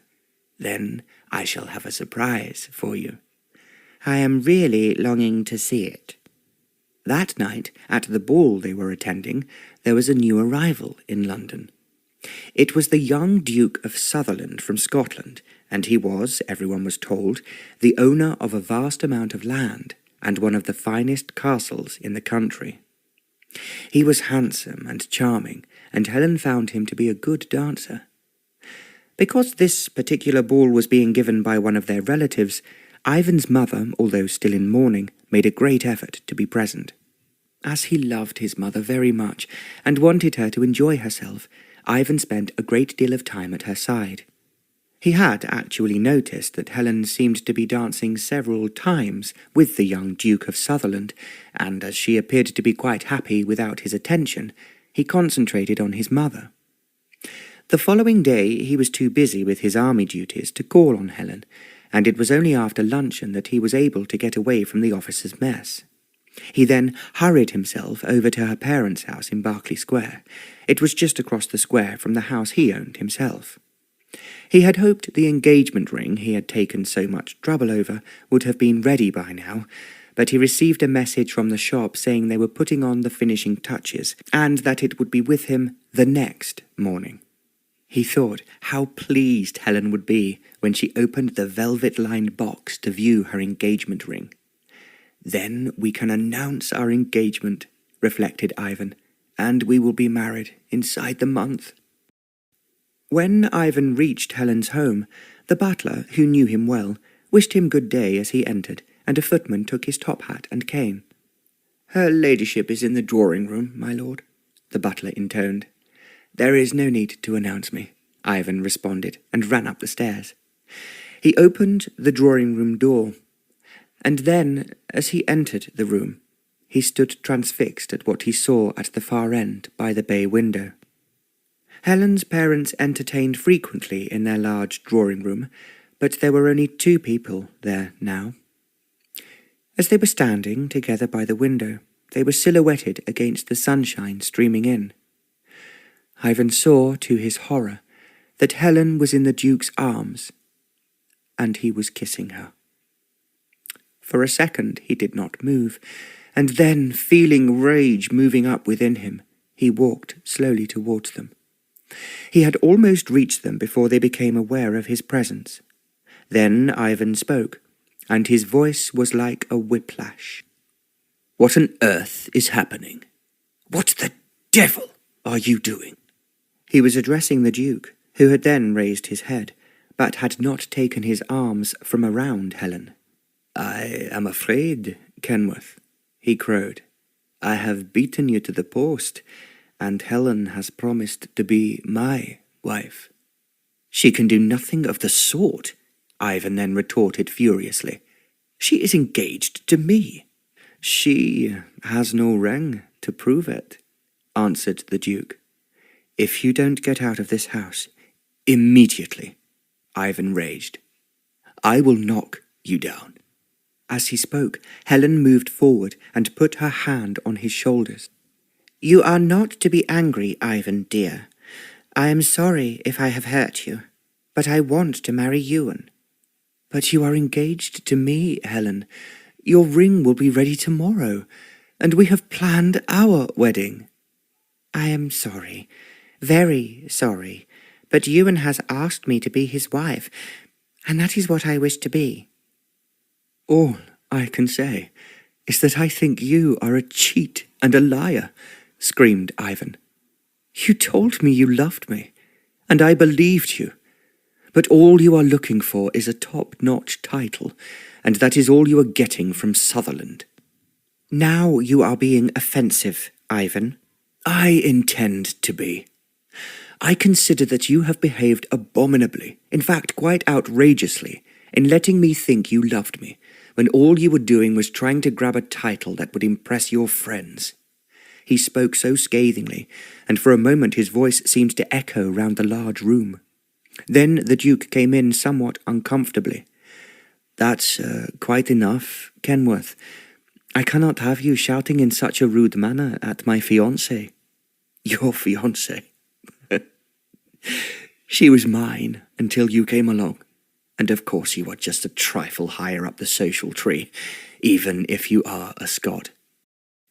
The Duke clenched his fists at this insult, and Ivan did the same.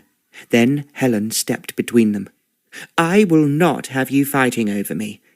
Do go away, Ivan, and try to behave decently like a gentleman over this, if you are capable of it." "Decently? If you call your behaviour decent, I call it low and disgusting, and you should be ashamed of yourself." It was then that Helen lost her temper. "How dare you be rude to me?" she shouted. "Get out of my house, and let me tell you that no girl would want to marry you if it was not for your miserable title." For a moment they faced each other, and then Ivan turned on his heel and stalked out of the room, slamming the door behind him. He would have left without his hat if a footman had not pressed it into his hand. Then he reached the street and started to walk back to his own house, realizing that Helen had struck a major blow not only at his heart, but also at his dignity. All London would be sniggering tonight at the story of how he had been swept out by the Duke. There were a number of women he had taken little interest in, who would be delighted to see him humiliated. It was then and there that he decided that he would not stop to hear their laughter or their sniggers.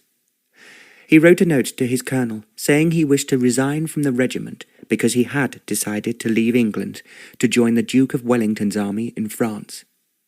"I can no longer stand aside," he wrote, "while so many men whom I know and admire are facing the greatest menace the world has ever known." Before dark that very evening, He and Higgins were aboard his private yacht at the port of Tilbury. "From now on, I will no longer be using my title," he instructed Higgins. "You will address me as Sir, and to the world I am merely Lieutenant Ivan Worth." Because he had known him for some years, Higgins said nothing, but as he was so fond of his master, he had cursed Lady Helen and wished her bad luck. A short while later, the sails went up the masts, and the yacht moved out into the English Channel. Looking back, Ivan could remember all too clearly his feelings as they sailed towards the French coast. The Duke of Wellington had accepted him, and he was immediately involved in the preparations for the battle.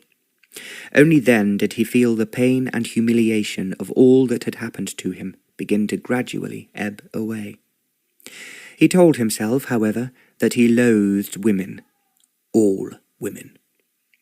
Like Helen, they were interested only in what a man could give them, not the man himself. "I will never love a woman again," he told himself.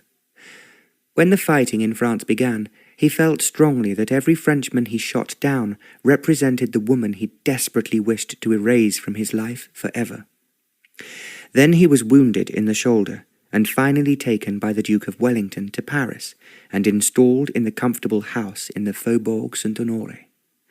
There he had hated all the nurses, and all the doctors provided for him. As he was rich, he was able to have a nurse on duty during the day and another at night.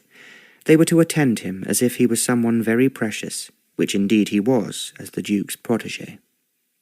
The difficulty was, however, that the moment the nurses came into his bedroom, he instantly felt aggressive. It was impossible for him even to look at them, and to hear their voices made him think of Helen. He became so disagreeable that they refused to go on nursing him, and when he heard that they had left, he was delighted. Yet he was forced to admit that the doctors made his wound seem even more painful, and they were certainly rougher when they bandaged him than the nurses were. What he wanted above all was to get well. He was aware, although he hated to admit it, that his shoulder was considerably less painful since his new nurse had treated it, but he did not want to think of her as a woman. Therefore, when she came to treat him, he closed his eyes and pretended he was asleep. Shenda was delighted at all Higgins had brought back to her. They were not by any means all the items on her list, yet there were enough to make up her mother's healing cream that had been famous in the village and the county for so many years. She started to mix the leaves together as the chef regarded her scornfully. She was not surprised to find that there were only male staff in the kitchen, and with the exception of the 2 old housemaids, there were no other women in the house. Some of the leaves were rather dried up, and others seemed too small to be useful. Then she stemmed the leaves until they made what the chef thought appeared to be a nasty-smelling mess that would not help anyone. However, Shenda allowed it to cool, and added just a few berries to it, and then the chef had to admit that it smelt better than the horrible grease Higgins had been using on his master's shoulder. When Shenda added a little honey, it looked quite palatable. "Now, I have something extra special to add," she announced in her best French, which I was terrified would not be available in Paris. "What is that, mademoiselle?" the chef asked. "These leaves are from the ancient maidenhair tree, and I know that they will make your master feel better than he has ever felt." The chef laughed. "You cannot tell me a few leaves will do that." "You will be very surprised. If I am right, I expect you to make a delicious cake that will undoubtedly put several inches around my waist, but it will be worth it." "Then I promise to do, mademoiselle. At the same time, I just don't believe these little leaves have any magic about them." "You wait and see." She had almost despaired of finding the leaves of the maidenhair tree in Paris, as Higgins had told her he had difficulty in finding it, as it had a different name in France. "Ginkgo, or something like that," he muttered. "Oh, that is the Chinese name for it," she cried. "Well, when I make such a big fuss, they sends for the manager. He spoke better French than them lot, and he understands what I wants." "Thank heavens for that." The pulp of the maidenhair leaves provided a cure her mother had always believed passionately in, and had used dozens of times. People who were distressed and miserable, perhaps at losing someone they loved, recovered almost overnight. Again, there was a touch of honey to give it a sweet taste, but actually the leaves themselves were small, juicy, and had a sweet smell of their own. It was all prepared, and the cream, which was to be applied to the captain's shoulder, had set. Shenda carried her concoctions upstairs and placed them on a table in the passage outside the master suite. Then she waited for Higgins to inform her when it would be all right for her to enter the room. She could hear him talking to the captain, who was answering him in monosyllables. "He is still feeling sorry for himself," she thought, "and this will certainly make a difference, but naturally he will not believe me." Finally, after she had waited for nearly 5 minutes, Higgins opened the door. She entered without speaking, as she knew her voice would upset and annoy her patient. As she approached the bed, she saw him shutting his eyes, and she knew he was pretending to himself that she was not there. Very gently, she carefully undid the bandages on his shoulder from the night before, and when she had removed the linen over his wound, she saw that the inflammation had definitely subsided. Most of the red burning colour had gone. She just longed to ask the captain to look at it and to see what had happened, but she was wise enough not to say anything. She just cleaned his wound gently with warm water and a soft sponge that Higgins had left for her by the bed. She did not rub the wound with a towel, but let it dry itself. Then, even more gently, she smeared on the herbal cream she had made according to her mother's recipe, and carefully bandaged the wound again. She made her touch exceedingly light, as she hoped that the captain would not even be aware of it. As she finished, and he had not moved or spoken, she said to him very quietly, "I want you to drink this, Captain, and I do promise you that it will make you feel much better in a few hours." For the first time he opened his eyes, and he did not look at Shenda, but at what she was holding in her hand. "What is it?" he demanded gruffly. "It is from the maidenhair tree," she replied, "and I promise you it will do exactly as I have just told you." She pressed the glass into his hand. Ivan moved it slowly and with a distasteful look on his face towards his lips. Shenda was very certain he had expected it to taste disgusting, like all doctors' medicines. To his surprise, however, the drink was sweetened with honey, and it had a slight taste of its own that he did not recognize, but seemed quite pleasant. He drank it all down, and then Shenda took the glass from him. She walked towards the door and opened it. Higgins was waiting outside, and without saying a word he entered the room. He was expecting his master to say how much he disliked this woman nursing him, and that the drink she had given him was absolutely horrible. Instead of which, Ivan said nothing. After taking away the basin he had been washed in, Higgins left without speaking, and he saw that Shenda was waiting for him at the door into the boudoir.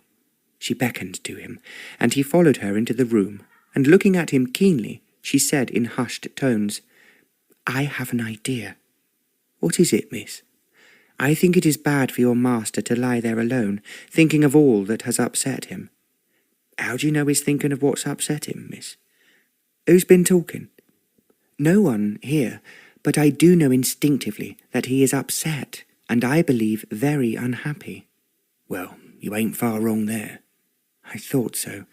And as it is bad for him and prevents him from improving as quickly as he should, I want you to bring a piano upstairs for me." Piano? I expects you to ask me for many funny things, miss, but, not a piano." "I'm sure that he enjoys music, and I play quite well. I'm going to play to him, and unless he stops me, he will find it far easier than either talking to you or, as I think he is, drifting back into his past all the time." "I knows there's a piano maybe downstairs, and I'll get the footman to bring it up." but I wouldn't say whether the master will like it or dislike it. I never know with him. I expect before the war he attended many dances. Well, that be true, miss. And I expect he also went to Drury Lane, or to one of the other theatres, where there was music and dancing, and of course pretty girls to look at. Higgins laughed.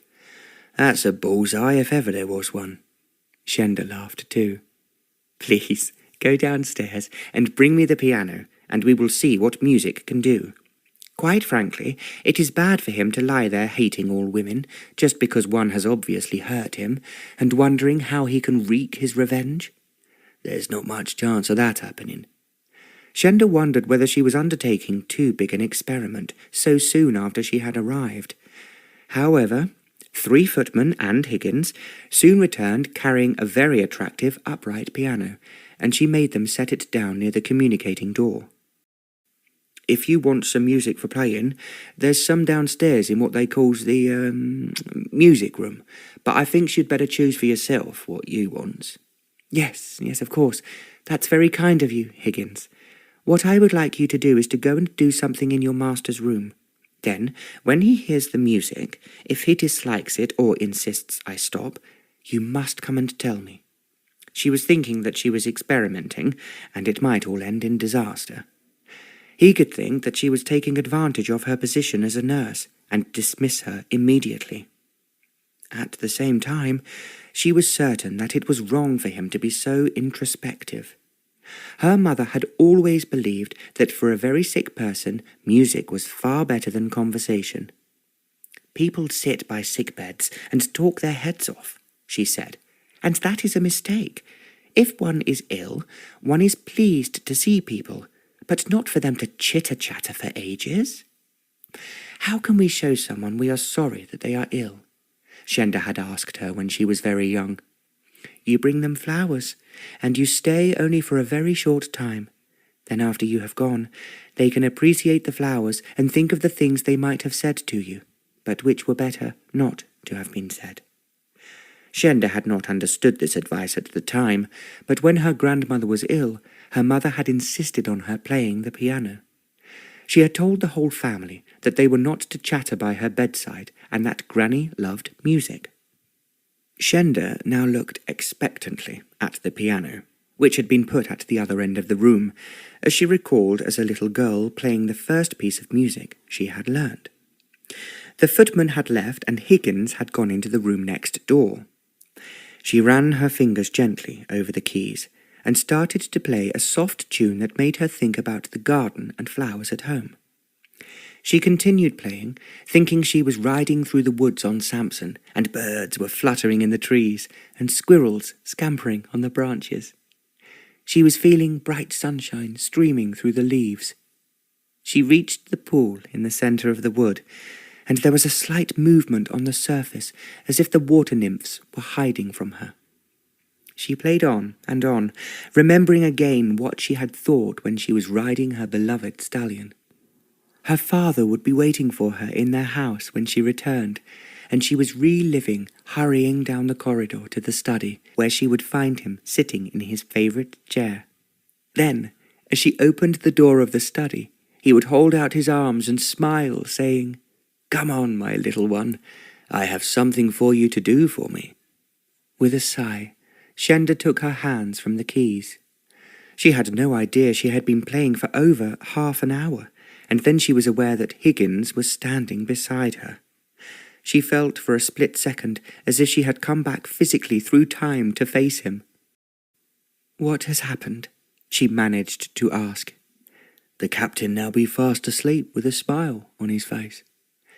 Shenda eased herself off the piano stool and tiptoed through the communicating door into the master suite. Quietly, she then walked to the huge four-poster bed, and she could see that Higgins was right. The captain was indeed smiling. It was the first time she had seen him smile, and there was no longer a deep frown between his eyes. "He's very handsome," she mused to herself, "and I am so glad I have been able to help him." She stood, gazing at him for a while, and then turned and went back into the boudoir, closing the communicating door behind her. "He looks better already," she murmured. I has to hand it to you, miss, though I finds it hard to say. You be right, and I be wrong. I think we were both right in wanting the captain to recover quickly. As she spoke, she thought that when he did, he might want to return to England, and once again she would have to rely on the Duke to find her somewhere to go. Then she shook herself. There was a great deal to be done before that could happen. The captain's wound had only just begun to heal, and even the special herbs that Nicholas Culpeper had recommended all those years ago would take time to work. I tell you what I would like to do, Higgins. I want to go out and see a little of Paris.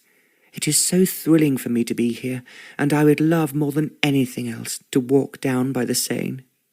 Well, you can't go walking alone, and that's a fact. Why ever not? Shenda inquired in surprise. It be like this, miss.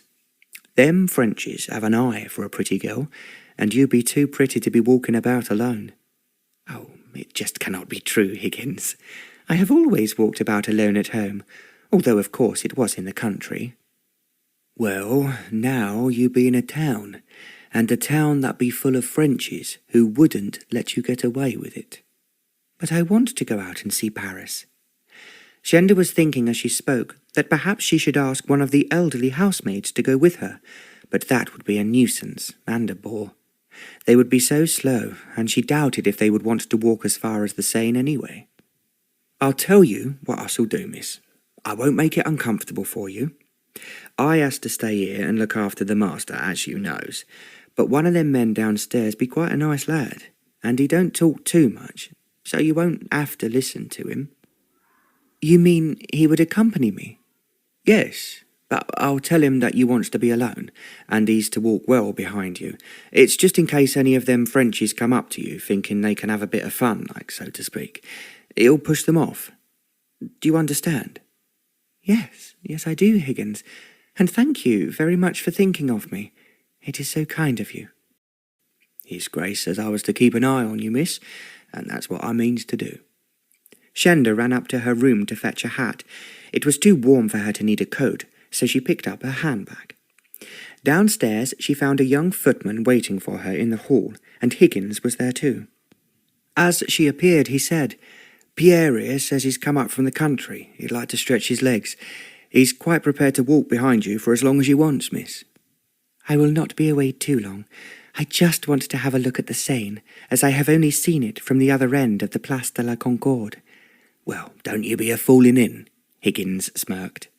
I will try not to, and if I do, you will have to come and rescue me. That'll be the day, Higgins retorted, 'cause I can't swim. Shenda was laughing as she started to walk down the Faubourg Saint-Honoré. She was aware that Pierre was following behind her, but she did not look back. She walked on, thinking how beautiful the fountains were, with the sunshine shining through the trees. She could only walk slowly, as there were crowds of tourists walking about on the pavements. Eventually she reached the river Seine and could see boats and barges moving up and down the river. The scene was just as fascinating as she thought it would be, and she noticed some steps leading down to the river below. She went down them, with Pierre right behind her. Then she found herself level with the Seine, and just ahead was a comfortable seat. She sat down, and now she could view the boats as she really wanted to see them, and it was very enthralling. Someone had once said nothing was more romantic than the Seine at night, as then there were lights shining on the river, both from the banks and the boats and barges. I would love to come here at night, she mused. She was sure that if she did, the seat she was sitting on would be taken by a courting couple.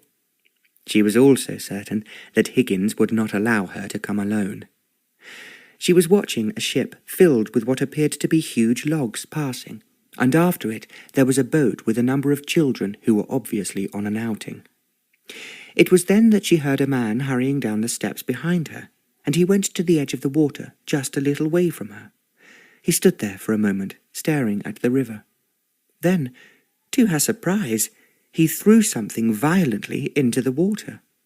As he did so, he turned and hurried back the way he had come, almost running up the steps. For a moment, she could not think what on earth he had thrown into the river. She thought perhaps it was something he disliked in his house, or perhaps some old clothes he no longer needed. Then, as she looked, she realized what he had thrown into the river was moving. To her astonishment, it was a dog. It was fighting against the strong current and trying to swim back to the shore. Shenda jumped quickly to her feet as she realized that Pierre had also moved towards the river. The dog was small, but he was managing to swim bravely towards the bank, even though he was being swept downriver by the current. Pierre joined Shenda as they moved along the bank of the river, their eyes glued to the dog swimming towards them. "How could anyone do anything so cruel?" Shenda cried to Pierre in French. "I expect he thought that the dog would drown. If he'd been an old dog, he would have." Shenda did not answer him. She was watching the small dog struggling nearer and nearer. She and Pierre were moving along together so that they were keeping level with him. Shenda was half afraid he was too small to survive, and he would perhaps become so exhausted that he would be swept away by the strong current. After they had gone quite a long way down the river, he reached the side, and without being told, Pierre bent down and caught hold of the dog by the back of his neck. He lifted him onto the bank, and they both jumped away as the dog shook himself and water flew everywhere. Only when she could go near him without getting wet did Shenda bend down and pat the little dog gently on the head. She could see now that he was a small terrier and obviously not very old. He seemed to like her patting him, and then Pierre took a large handkerchief from his pocket and dried him. He liked that too. Looking at him, now that he was fairly dry, Shenda realized she had been right. He was quite a young dog and seemed well bred. Pierre wrung out his handkerchief. "We'll take him home with us," suggested Shenda, "and I think we should drive back, as he has had enough exercise for the moment." "I'll call a carriage, mademoiselle," offered Pierre. He ran ahead of her up the steps and onto the road, hoping an empty fiacre would pass by. Shenda was patting the dog and talking to him. "You were brave to swim like you did, little doggy, and it was very clever of you to save yourself. Now I am taking you to a new home, where you will be very happy." The dog seemed to like her talking to him, and after a moment he rubbed himself against her leg. At that moment, Pierre stopped an empty fiacre, and Shenda picked up the dog and climbed inside. She placed the dog beside her on the back seat, and Pierre sat opposite him. "I call that a great adventure, Pierre. We went for a walk and came back with a prize dog, which I am sure will be welcomed by everyone in the house." She knew as she spoke it was what she was hoping, although perhaps the captain would refuse to keep him. He might tell her that, as he had no use for women, he had no use for stray dogs either. Somehow I must persuade him to let the dog stay, Shenda thought to herself. She wondered how best to introduce him cleverly, as the captain must indeed welcome the small terrier, as he had not been prepared to welcome her. Chapter 5. When they returned, Shenda told Higgins excitedly all that had happened. He patted the dog and exclaimed, "Well, there's one thing about him, he's got pluck." "That's a good name for him, Higgins. We'll call him Pluck." The little terrier seemed to like his new name, and wagged his tail furiously. And then Shenda asked, "What about the captain?" Higgins thought for a moment. "I thinks it'll be a mistake to tell him about the dog right away. We've got to get him used to you first, miss." Yes, of course. I'm just terrified I will annoy him and he will send me away. Just you go on as you are, and us'll keep Pluck in the kitchen when he's not with you." Pluck was a great success with everybody, and Chef spoiled him with titbits from almost every dish. Shenda settled down to do exactly as she had done the first day that had proved reasonably successful. She treated the captain's wounds first thing in the morning and last thing at night, and only Higgins went into the bedroom during the day. He did, however, make sure that the captain drank his maidenhair tonic every day. Shenda was somewhat worried that if he took it at night, it might keep him awake. "He's more energetic, and he's talking about getting up," Higgins told her 2 days later. "Oh, that's wonderful news, Higgins. I was certain the maidenhair would do the trick." She had expected the Duke of Wellington to call on the captain, and indeed she would have liked to see him herself, but Higgins told her that he had departed for Cambrai to organise the army of occupation. "I suppose his Grace will call in as soon as he comes back," Higgins reflected, "and it will give him a big surprise when he sees the captain." She was fully aware that the captain's wound was healing in a miraculous fashion, and there was little doubt that he was feeling better, eating more, and looking happier. It was now the 4th day she had been in the house, and Shenda played the piano in the boudoir after attending to the captain's wounds, as she had every day. She found the piano gave her an enormous amount of pleasure, and she really loved composing music to represent whatever she was thinking about. Now the music she was playing was the story of her growing up and of her happiness at being with her parents, and of the magic she found amongst the flowers, in the garden and in the woods. She played how the squirrels carried their nuts up the trees to hide them, and how the goblins would work in the roots as she listened to them by putting her ear against the trunks. She played to the brilliant stars overhead, and to the moon creeping up the sky that had always fascinated her. She played the tunes all the birds sang in the spring, and then her feelings as she first saw the Seine and thought how beautiful it was. The music of the Seine made her think of Pluck, and how the brave little dog had swum to safety after his cruel owner had tried to drown him. Then she played of her delight when she and Pierre had rescued him, and how they had brought him home in triumph. She looked down and became aware that Pluck, who always lay at her feet when she was playing, was not there. She was so used to him being with her that it never seemed at all possible that he might run away, and then she noticed, with a little consternation, that the communicating door was more open than she had left it. She jumped up from the piano and ran to the door. She peeped into the master's suite to see that Pluck was sitting on the captain's bed. He had grown used in the last day or so to jumping onto her bed, and this morning he had licked her cheek to wake her up.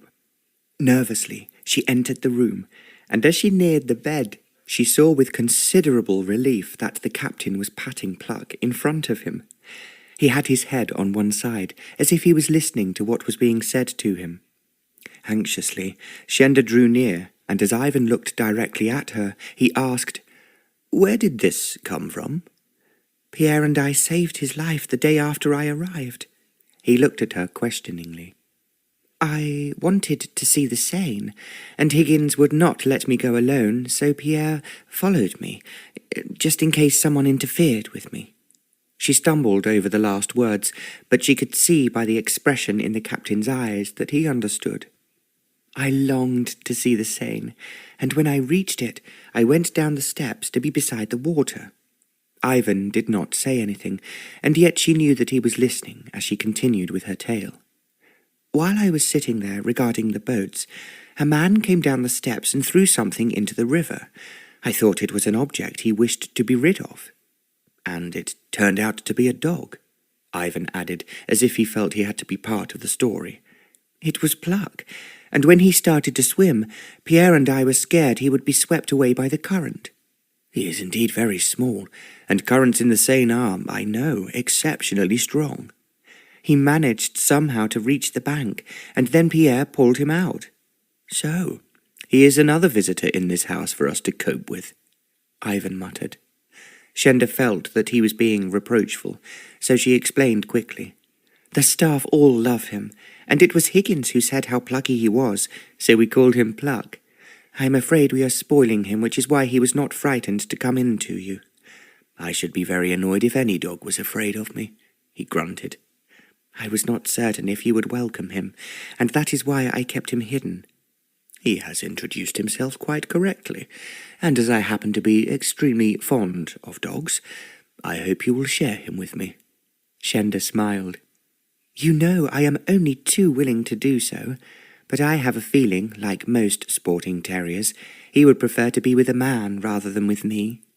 Ivan laughed, and it was the first time she had heard him laugh, and it was indeed a cheerful sound. "I think this calls for a special tune," he suggested. "So I now suggest that you go back to your piano and tell me how pleased you are that Pluck and I are friends." Shenda stared at him. "Are you saying, Captain," she asked him in a very small voice, "that you understand what I have been saying to you in music?" "Of course I understand. You told me all about the beautiful woods you ride in at home, and the birds, the squirrels, and rabbits that have meant something very special to you ever since you were a child." Shenda drew in her breath. "How could you really understand?" "I suppose the answer is very simple. It's just what I feel myself.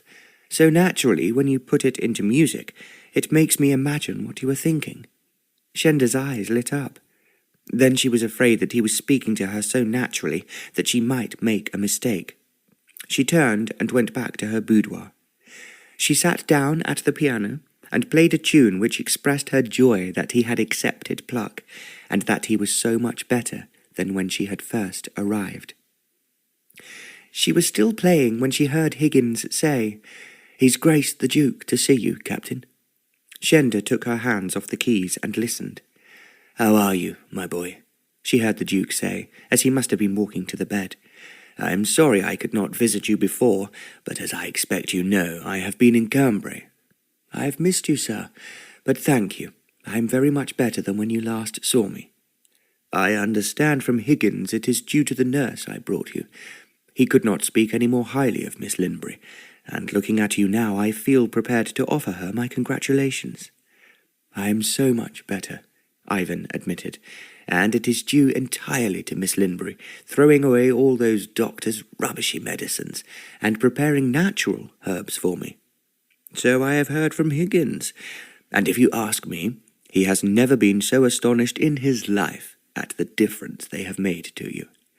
"They have indeed, and now more than anything I want to get up, which I think and hope I will tomorrow." "Now take it easy, and don't rush your fences, Ivan. Several of my officers have suffered a relapse from getting up too soon, and your wound was a particularly nasty one." "I can truthfully say I can hardly feel it now, sir. The reason I feel so well is because of a weird concoction made from the leaves of some tree I have never heard of." "Well, you and Higgins have told me everything I need to know, and when you are feeling fit enough, you can join me at Cambray. But actually, I think you would be wise to return home on leave. I am sure that the Prince Regent is worrying about you." Ivan chuckled. "I expect the truth is, he wants my advice on some treasure he has found in a back street, and no one will tell him whether it's good or bad." The Duke smiled. "Anyway, I expect your own family will be looking for you.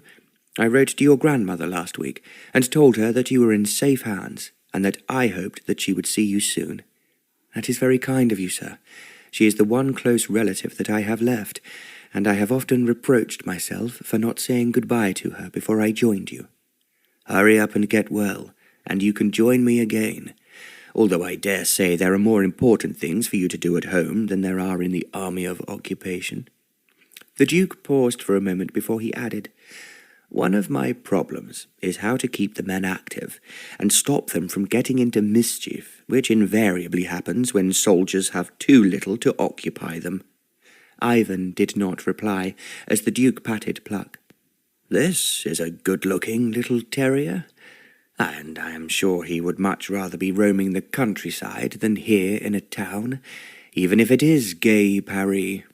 I cannot answer that question, as I have not seen anything of Paris yet, except those French doctors, who are certainly not as good as French food is reputed to be." "What you need, my boy, is plenty of good plain food to build you up, but remember my warning, don't go too fast too quickly." "I will obey your orders, sir." Listening intently, Shenda was certain that the Duke smiled at him before he walked towards the door. As he reached it, he turned back. "By the way, I would like to see your nurse, Miss Linbury, before I leave.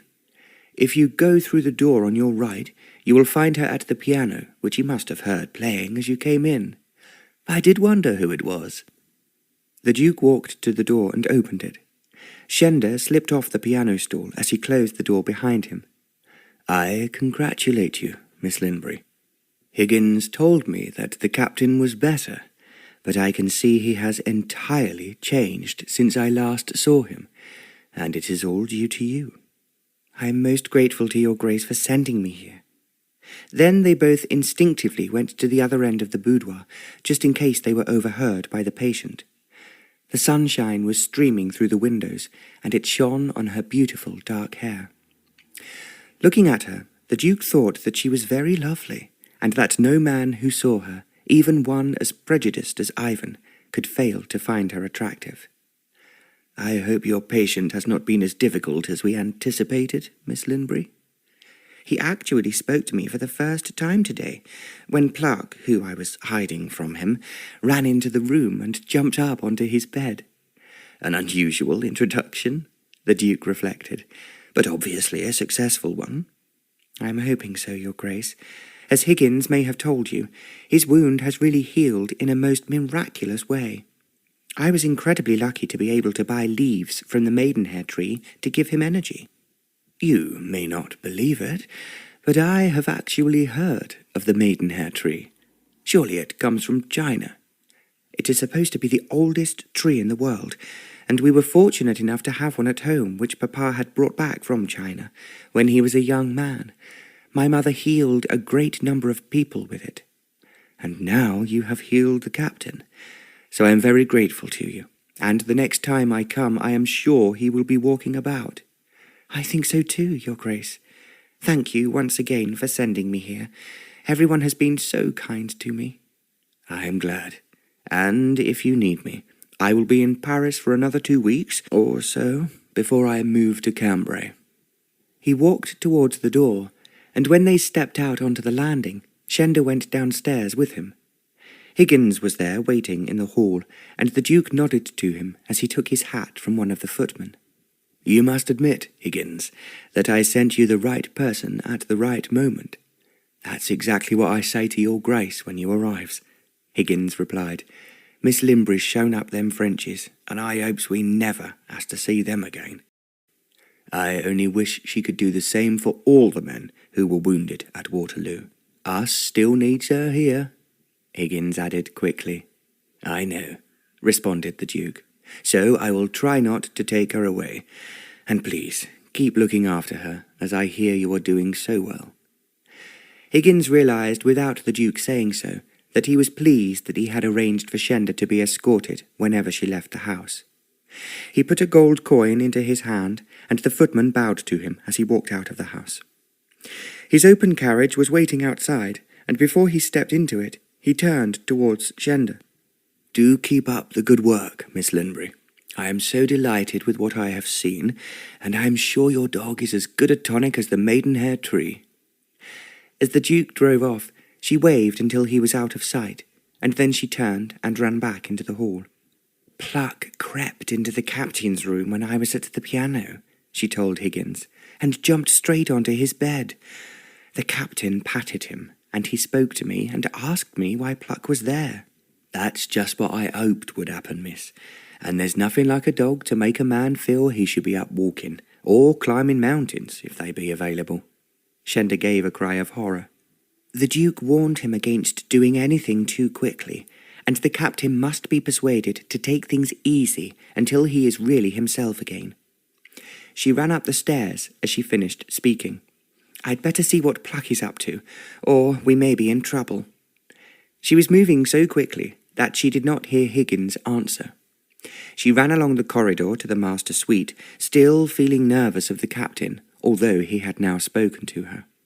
She therefore opened the door quietly, half afraid of what she might find. She walked in to find that Pluck was still lying on the captain's bed, and his hand was moving smoothly over the dog's back. Although his eyes were closed, she knew he was not asleep. Without saying anything, she went into the boudoir and started to play the piano again. It was a happy tune, one that expressed her feelings better than anything she could possibly say. She played of how glad she was feeling that Pluck had been accepted as one of the family. Shenda had found on the second day after her arrival there that there was a garden behind the house. The garden was not large, but it contained a number of trees and the lawn, and a gardener who came in every other day tended all the flower beds. She learned that there had been a grave shortage of workmen during the war, and the owners of several of the nearby houses had agreed that one gardener could see to all their gardens. The Vicomte certainly had exceedingly good taste, not only in the way the house was furnished, but also the way the garden was laid out. He had made the very best of the ground available, and the flowers were a delight. Now, because she had said how much they meant to her, the servants had arranged flowers in all the rooms she was using. It was a great relief that there was a large garden for Pluck to run in, and so Shenda did not have to take him for a walk whenever he wanted to go out. At the same time, she was still anxious to see more of Paris, and when the captain was asleep, she went out to enjoy the sights of the city with Pierre in attendance. She visited the lovely Madeleine Church and said a prayer not only for herself, but for the captain. She continued to pray for him as she was dressing his wound, and she was sure that the combination of her prayers and the cream she had made were together invincible. Nevertheless, she could have been extremely lonely, as although the servants were all kind and attentive, what really made her happy was the library. She found the books exciting and most interesting, and she would retire to bed early and read the latest book that had attracted her attention.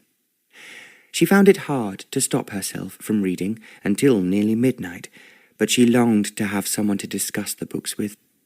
She thought she must have expressed this feeling in her music, for rather surprisingly the next day the captain volunteered. "I hear you are finding the library very interesting. Is there something you could recommend me?" "It's such a beautiful library, and I'm sure there are dozens of books you would find as entrancing as I do. Tell me, what particularly interests you, Captain?" "I suppose anything to do with history will be fine, but not about wars like the one I have been fighting in. It would be a great mistake for you to read about wars until you have forgotten all about this one. What are your other interests, Captain?" Thinking of the Prince Regent, he replied, "I suppose furniture. And I must say, from the little I have seen of this house, it is well furnished, and the pictures are impressive. Have you been to the Louvre yet?" "I thought about it, but I cannot take Pluck in with me. He might be hurt if I left him at home." Ivan smiled. "I believe dogs are more demanding than children, but if you cannot visit the Louvre, I am sure there is a book somewhere in the library illustrating its contents." "Yes, there will be, and I will find it for you, and any other books on subjects that interest you." "Then I will leave it to you. So, what interests you?" "I have always wanted to travel," Shenda answered, "preferably to the east. I would love to see India and any of the other Asian countries." "India is very beautiful. So, find me a book on that country, and I am sure I can show you something you can transpose into music." "What a lovely suggestion! Supposing we start an entirely novel idea of selling music to go with every book. Think how intrigued the bookshops would be." Ivan chuckled. "As you say, it would be a great new idea, and one we could perhaps introduce first in England, although I rather suspect the French are more musical than we are." "Then we must not give them our new idea before we return to England." Even as she spoke, she thought perhaps that she had said the wrong thing. She saw by the expression in his eyes that when he thought of England, he remembered all that had upset him at home, which, of course, concerned a woman. Quickly, Shenda sprang to her feet. "I'm going off to the library now. Will you keep Pluck with you, or shall I take him with me?" "Walk to the door," he suggested, "and we will see if he follows you or stays with me." Shenda did so, and when she looked back, Pluck had not moved. She felt maybe the captain had cheated because he was still stroking him, but she knew it would be a mistake to say anything. She left the room and ran downstairs to the library. It was not difficult to locate a book of illustrations of the treasures of the Louvre, and there was another of all the paintings of Michelangelo and the Italian masters. In fact, there were quite a number of such books, and if she looked any more, she would be unable to carry all of them. She had actually decided it would take more than 2 journeys when Higgins appeared.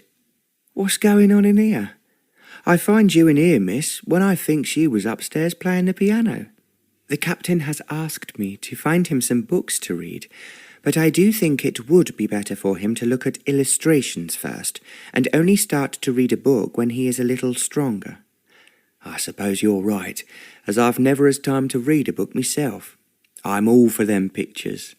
Shenda laughed, as she was sure that he was really saying that he found it difficult to read, and therefore avoiding doing so whenever he could. Higgins took a pile of books upstairs to the master suite, and Shenda followed him with the remainder. When they walked in, they both stood for a moment without moving. Ivan and Pluck were both fast asleep. Higgins placed his books gently beside the bed, and Shenda did the same with hers. Pluck was aware that they were there, opened one eye, but did not move, as Ivan's hand was resting on his back. Shenda and Higgins then tiptoed from the room and into the boudoir. As they closed the door behind them, Higgins said, "He'd be looking better than I've ever seen him, and if you ask me, that there dog will be a real joy to him. He's always loved animals, and there's no one rides an horse as well as that captain." "I might have guessed it. I expect he has some very good horses in England." "I hopes one day you'll see them, miss." "I hope so too." But there was a note in Higgins' voice that told her it was most unlikely that she would ever see the captain's horses. Of course, she was curious to know who had driven him away, and made him hate women so overpoweringly. However, she was not going to ask a servant. Higgins had volunteered no information as to what had happened, and she therefore had no intention of letting him know that she was curious. Because the captain was such a good-looking man, there must have been many women in his life, just as there were endless women pursuing the Duke of Wellington. She had thought about it this afternoon as she was talking to him. It was not only obvious that the Duke's good looks made him so attractive to women, he also had a charm that one was instantly aware of the moment one came into contact with him. Shenda was almost sure that the captain had very much the same charm, but it was somewhat undeveloped, and therefore not so strong as the Duke's. She had wondered, when the Duke was leaving, if he was going to visit one of his beautiful women. She had heard the servants talking about him, and, despite being French, they were exceedingly impressed by the way he had beaten Napoleon at the Battle of Waterloo. And they could not but admire him for his success with all the beauties of Paris, just as he had captivated the beauties in London. Shenda was aware that the 2 old housemaids had peeped at the Duke when he arrived, and watched him leave from a window in one of the unoccupied bedrooms. The footman and the kitchen servants watched him drive away, and her French was good enough to understand what the footman was saying about him. They were using colloquialisms that were not in the French curriculum she had learnt at school, but there was no mistake the innuendo behind the words, nor the fact that every man in the house, whatever his position, was envious of him. They asked themselves why the Duke had such an attraction for women, and wished they were in his shoes. Perhaps one day, Shenda pondered, I will fall in love, but I hope it is not with a man like the Duke, because however hard one tried, one could not help being jealous. She could imagine nothing could be more upsetting or heartbreaking than to love a man who had a dozen other women fawning on him, flattering him, and telling him how irresistible he was. I suppose that wherever the Duke goes, he leaves broken hearts behind him. She could remember hearing that his marriage was not happy, and she then wondered if it was because his wife was jealous, although there might be less obvious reasons that kept him away from Ireland. I don't really understand it, she told herself, but when I fall in love, I want the man I marry to love me and not be interested in any other woman. Then she thought perhaps she was asking too much. Her father and mother had always been blissfully happy together, but when she thought of other people she had known, they never seemed to be so content. From what she had heard, there were far too many women weeping over losing a man to another woman. Yet the captain was different. He hated women because some women must have betrayed him, and it had made him bitter, cynical, and, as far as she was concerned, frightening, simply because he had the power to throw her out just because she was a woman. Yet, by the grace of God and the kindness of the Duke of Wellington, she had been able to stay. So far she had not been made to wonder every other minute where she must go next. But of course, when the captain was well and back on his feet, she would have to again ask the Duke to help her, and even as she thought about it, she began to pray that it would not happen too soon. She desperately wanted to stay where she was now. For the moment it seemed as if the sun was shining, and everything was as she wanted it to be, and all because a little dog called Pluck had made the captain speak to her. Not disagreeably because she was a woman, but as if she was an equal. As she thought about it, she felt as if it was not just Pluck who had made things so different. It was also her music. He could understand all that I was trying to say to him, she told herself again and again wondrously. She found it extraordinary, and at the same time, the sun still seemed to be shining. The menacing shadows had moved away. The next 2 days made Shenda feel happy, as she had not been since her father died. In the early morning, when she had gone nervously to dress the captain's shoulder, she feared he might have relapsed into gloomy silence. To her joy, he talked to her about the books she had brought to him, and he found to his surprise that she knew a great deal about art and artists. They had a slight argument, the captain preferring one master to another, who pleased Shenda more. They had a duel of words about it, and yet he had to admit that she had argued plausibly why she considered her choice a finer artist than his. As she was finishing the bandaging of his shoulder, she saw that he had already taken his maidenhair drink. He had then continued to talk to her about art until the sun was high in the sky, and Pluck wanted to go for a walk in the garden. "I must take him out, Captain. He's very good and always asks by standing patiently at the door. He has been well trained, and I just cannot imagine anyone wanting to be rid of such an attractive dog. We are indeed lucky to have found Pluck. I will come back as soon as I can." She did not wait for him to reply, but took Pluck to the garden and then hurried back, looking forward excitedly to continuing her conversation with the captain. She found that he was not in bed, but sitting in the window. "You are up," she exclaimed. "I thinks it's too soon," Higgins muttered as he was tidying the bed. "But when the captain makes up his mind to do a thing, there'll be no stopping him. I am feeling so much better," he sighed as Shenda walked towards him. "I want to be certain," he continued, "that my legs are still there, and I am perfectly comfortable here, and of course enjoying the fresh air. I told you the magic that maidenhair leaves would weave, and I hope that the Duke calls today and sees you sitting up. He will be so pleased. I dare say we can carry on our discussion without him, and I want that book on the Louvre we were looking at last night." Shenda fetched it off the pile that Higgins had now arranged tidily on one of the bedside tables. "Please find the illustration of the Venus in Rome that we were talking about last night, and we will compare it with this illustration of the Venus de Milo in the Louvre. You will have to admit that you were wrong in thinking the one in Rome is superior to this." They were then back arguing again. She thought that this was far better for him, as until tomorrow he had lain silent, hating the injuries he had received both physically and emotionally. As if he read her thoughts, he remarked, "It is only a question of days now, not weeks, before I am up and about, and perhaps able to ride again, as I am so longing to do so." "You can ride in the Bois de Boulogne, which I am told is fashionable again, as it was before the war. There are many elegant ladies in smart carriages driving up and down to be admired by everyone there." "That is something you will not be able to do, Miss Linbury, as you have to look after me." and what I am expected to do while you are riding, with so many people admiring you and your horses, as they admire the ladies?" Shenda inquired jokingly. "I will jump that fence when I come to it." Shenda laughed, and then asked a little tentatively, "Are you really thinking of joining the Duke again in the army of occupation, Captain?" As she asked the question, she saw the expression on his face and wished she had not posed the question. There was silence for a moment before he replied, "I have not yet made up my mind.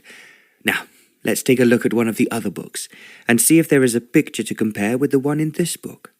He turned over the pages and exclaimed, "Look at that horse!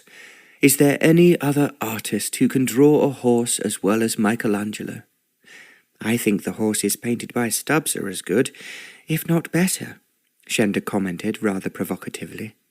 Then they were arguing again. Arguing until Shenda threw up her hands. "All right, Captain, you win. But it's not really fair, because you have actually viewed many more pictures than I have, and I am thus at a disadvantage." "In other words, you now capitulate, Miss Linbury, which is exactly as you should do." "Because I am a woman?" she blurted out without thinking. She knew, as she said the words, that she had made a mistake. Suddenly there was a cloud in his eyes, and then he retorted rather crossly, "I think the answer is that I am older, wiser, and more experienced than you." Chapter 6. 2 days later, Ivan felt strong enough to venture into the garden. Pluck was close at his heels, and jumped for joy just because he was there. "It's no use thinking that he is my dog any longer," Shenda remarked rather wistfully. "I think at present we can share him," he replied. They walked to find a seat under the trees, and Ivan sat down on a bench. "This is a very beautiful garden," he sighed. "And that surprises you? Why? Because it's in the city?" "Yes, and also because, as the Vicomte is not here, I rather expected him to economize on extra servants like gardeners. As the Scots would say, the French are awful canny about their money." Shenda laughed, and then in a more serious tone she reflected. "We do all need to be, as the war has made so many people who were rich poor, and the poor are even worse off than they were previously." "I know. And when I return home, there is so much I shall have to see to." He did not say any more, but Shenda was curious as to what his home in England was like. He spoke as if he owned a large estate, but as she knew he disliked answering questions, she was very careful not to ask them.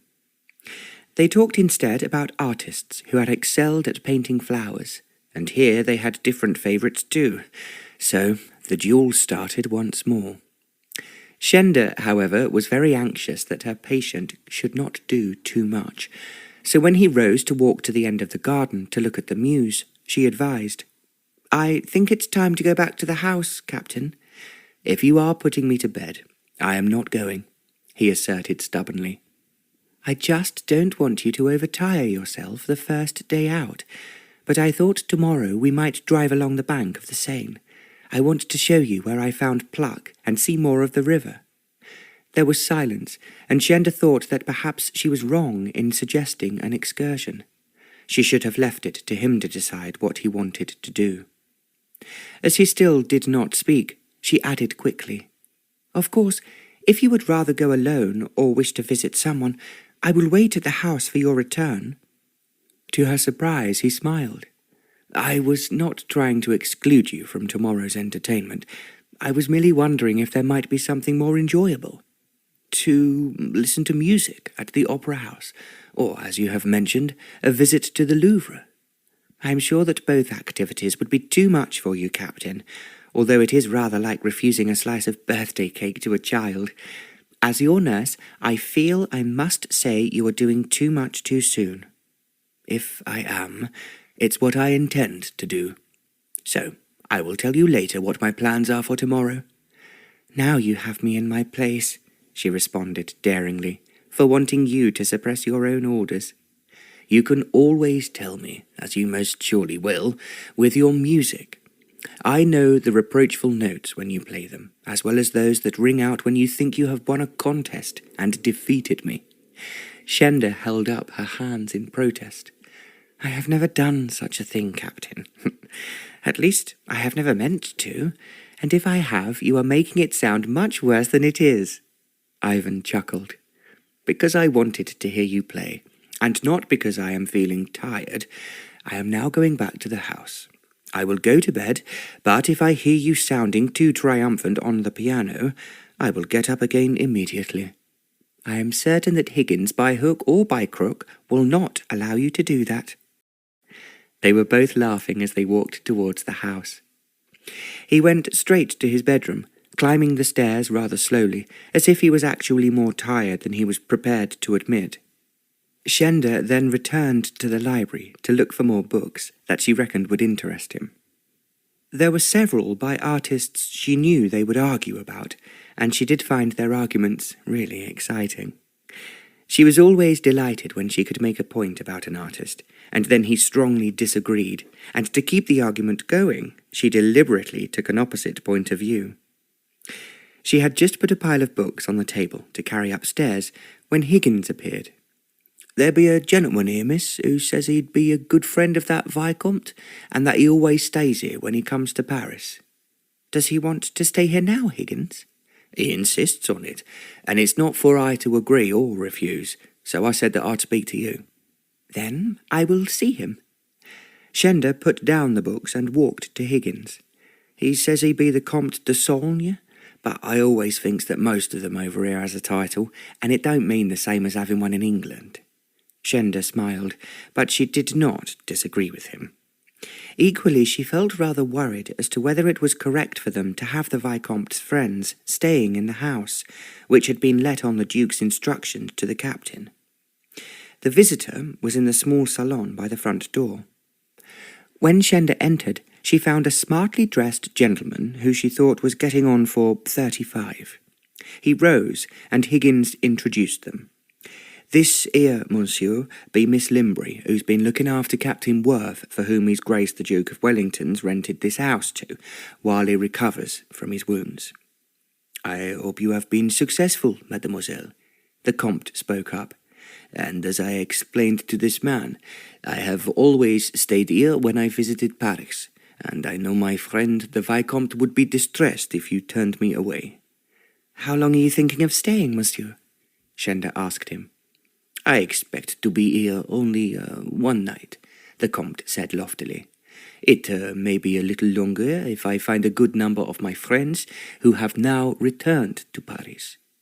"Then I am sure under those circumstances we can make you comfortable, monsieur." The Comte thanked her, and she ran upstairs to tell the captain what had happened. He was in bed, and as usual Pluck was lying on the bed in front of him. "What has happened?" he asked as she came into the room. "Higgins has just finished getting me into bed, when a footman came to say we had a visitor downstairs." "I have been talking to him," Shenda replied. "He is the Comte de Saulnier, and he is a friend of the Vicomte who owns this house. He says he's always here when he is in Paris." "Well, there is no reason why, as I am paying the rent, he can foist himself on us now." "It might be just for one night, and I thought it seemed rather rude and unnecessary to make him go to a hotel when there are half a dozen bedrooms empty on this floor alone." He laughed.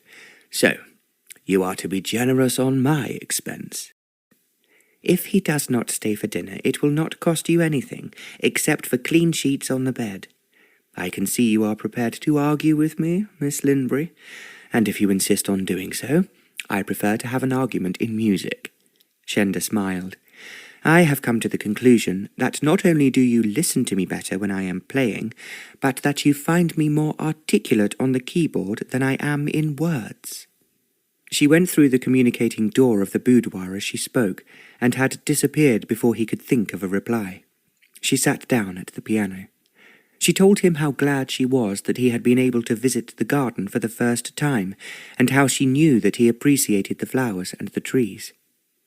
She played for nearly an hour, and when she went downstairs for tea in the small salon, there was no sign of the Comte. After tea, she played once again to the captain, and then she inspected his shoulder. It no longer needed bandaging, but she insisted on rubbing a little cream onto it. As she did so, she commented, "Apart from the scar, it really is as good as new, and you are very, very fortunate that, as far as we can ascertain, the shot that wounded you did not break any bones." "It still feels a little stiff," he murmured, "but it no longer hurts me. What is important, Captain, is that you are not too tired after going out and walking in the garden. I can honestly say to you that I am no more tired than I have been any other evening. Then you must say thank you to the maidenhair tree, and I'm sure that you will be sensible enough to go on taking it every day, even when you are feeling well." "I most certainly will," he readily agreed, "and when I return home, I am going to plant a maidenhair tree in my own garden. I hope you'll be able to find one. Don't forget that my father had to go all the way to China to find ours. He always said the tree was reputed to be over 2 million years old. At that rate, it will not be too difficult to find one to last me out." Then they were both laughing, and as Shenda turned towards the door, he added, "Come and see me after dinner. I found a picture in one of the books you brought me just now that I would like to discuss with you. I will look forward to that, but I have a suspicion that when I do come up I will find you asleep." "Are you prepared to bet on it?" "No, I am not," replied Shenda, "because if I do, you will be so determined to win you will deliberately keep yourself awake. As you have had your first exercise today, you really must rest." "I will merely take an extra glass of the maidenhair concoction, and if I do, there is no doubt I will be awake all night and ready to go dancing." "I am not going to listen to you, Captain. You are being too cock-a-hoop, and don't forget, pride comes before a fall." "Then I will cap that by saying, nothing ventured, nothing gained." "I must get ready for dinner, Captain, and I don't expect Higgins will be long with yours." She went into the boudoir, closing the door behind her, wondering whether in perhaps a day or so the captain might come downstairs for dinner. They could have dinner together in the small salle à manger where she had eaten ever since she arrived. Because it was something she had done all her life, she changed for dinner even though she would eat alone and retire to bed afterwards. But now she would be going in to say good night to the captain after her dinner, and he would undoubtedly be awake. So, therefore, chose the dress she would wear rather more carefully than she had on other evenings. It was a very simple gown, but it was one her father had liked. She knew the pale blue of it matched her eyes and made her skin seem all the more translucent. She arranged her hair in the way her father always appreciated, not austere, as it had been when she was trying to look like a nurse. As she opened the bedroom door, she saw Higgins coming up the stairs with the captain's dinner on a tray. She stood aside so he could pass, and as he reached her, he stopped. "The Comte who's staying here, miss, told us only half an hour ago he'd be in for dinner. As the chef feels he must give him 2 more courses than he usually gives you, it won't be ready for another 10 minutes or so." Shenda felt surprised, as she had never expected to dine with the Comte. In fact, she had almost forgotten he was staying in the house. When she walked downstairs to the small salon, he was standing in front of the mantelpiece. He was dressed in his evening clothes and looked very smart. As she walked in, she felt that he was appraising her with expectant eyes. When she reached him, he remarked, "I am delighted to learn from the servant that I will have the company of such a beautiful lady at dinner." He was speaking in French, and Shenda replied to him in the same language. "I thought, monsieur, as you were only having one night in Paris, you would be dining with your friends." "That particular friend I came to see, mademoiselle, is unfortunately dining out. But as I have already said, I am delighted to enjoy your company instead of eating alone." He was drinking a glass of champagne and insisted on Shenda joining him. "I intend to enjoy myself, as I always do, when I stay here.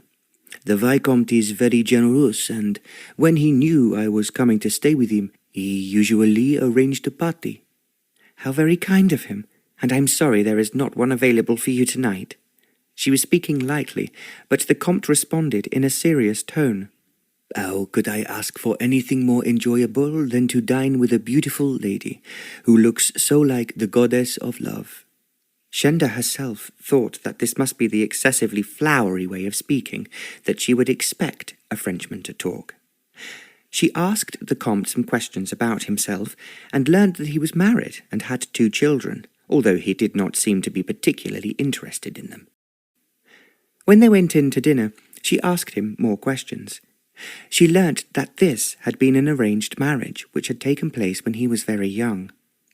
His wife, she gathered, had brought a large dowry, and everyone who visited it admired his chateau. "Do you often come to Paris?" she asked when the conversation seemed to be flagging a little. "Before the war, I spent more time here than I did at home, and now that the hostilities are over, I can only pray I can come back to the excitement I could always find in Paris." He bent towards her. Then, in a low voice he hoped the servants waiting on them could not hear, he added, "I am always looking out for beautiful women like you." Shenda stiffened. "You are most flattering, monsieur," she responded to him in English, "but at my home in England we do not always express our thoughts out loud." The Frenchman laughed. "Now you are being coy, mademoiselle, and if you run away from me, I promise you that I will run very fast to prevent you from escaping."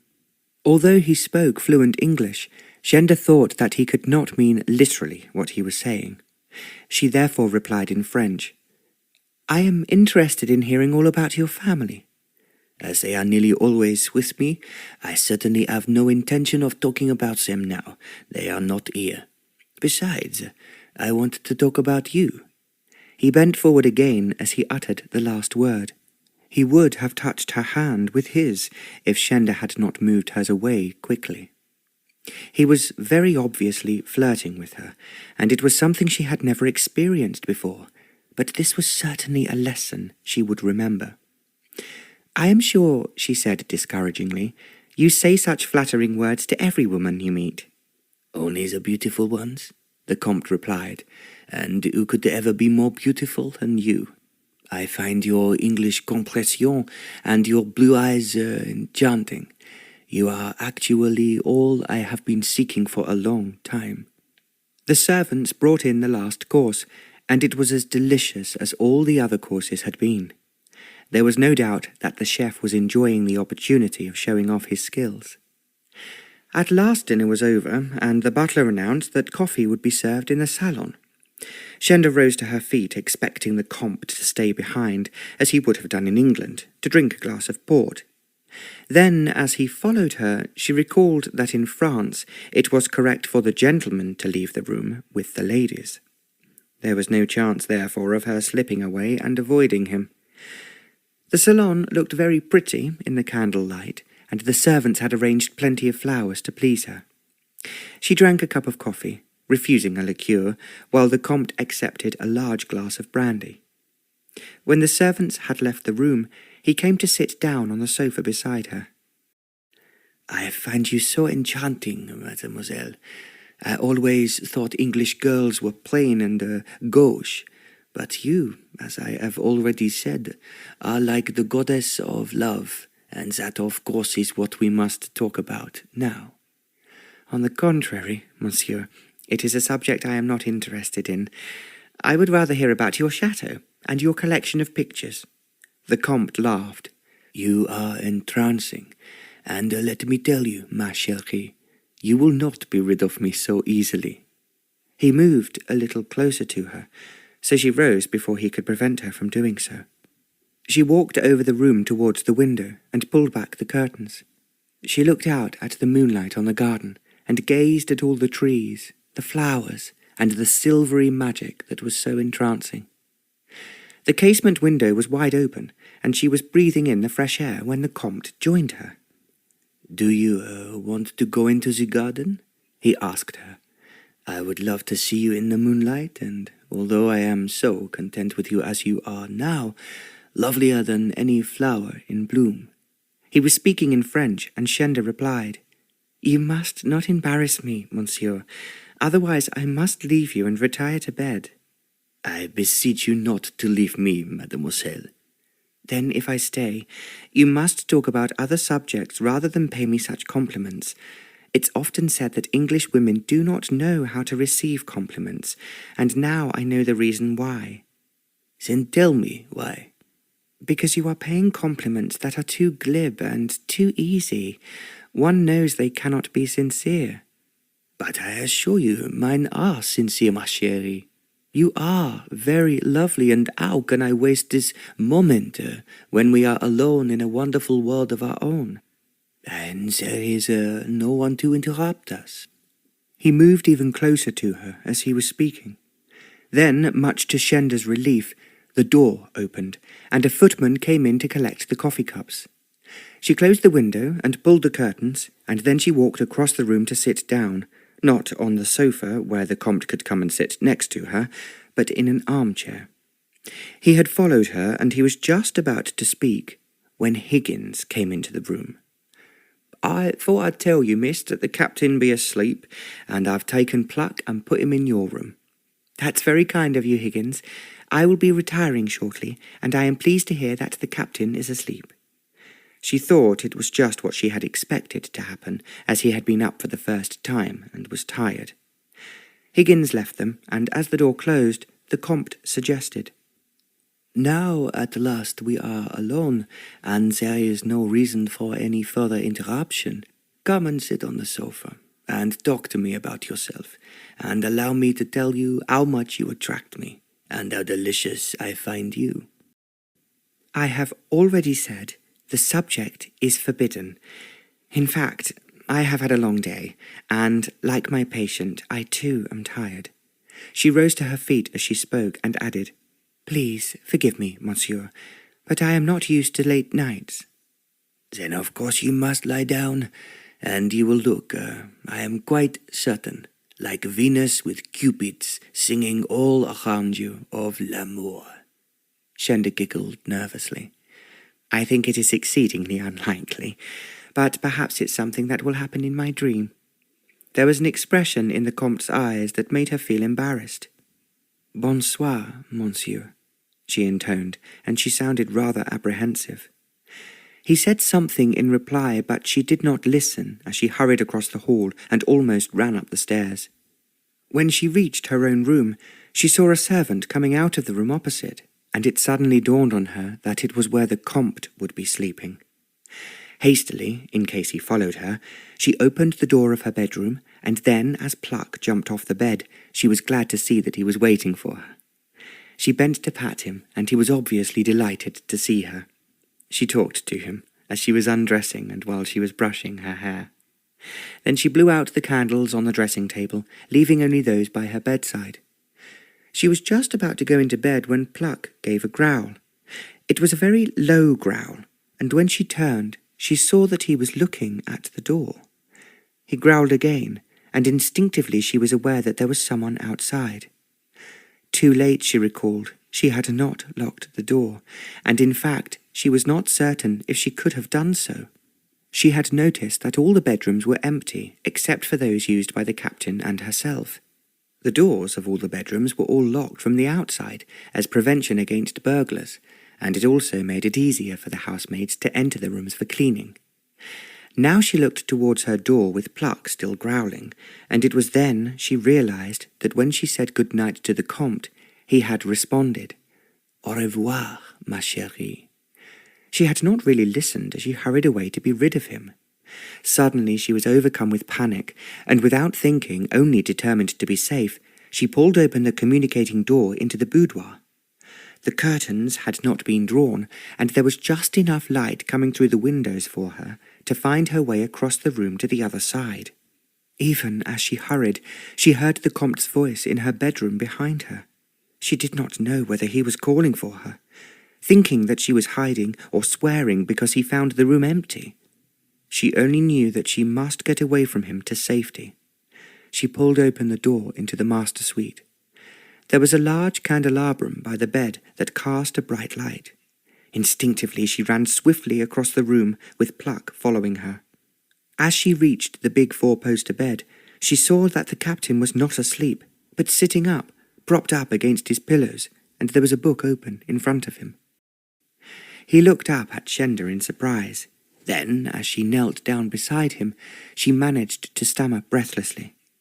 "The Comte, he's in my room, and I'm terrified. So very terrified." Ivan stared at her, but before he could speak, Pluck jumped onto his bed and excitedly tried to lick his face.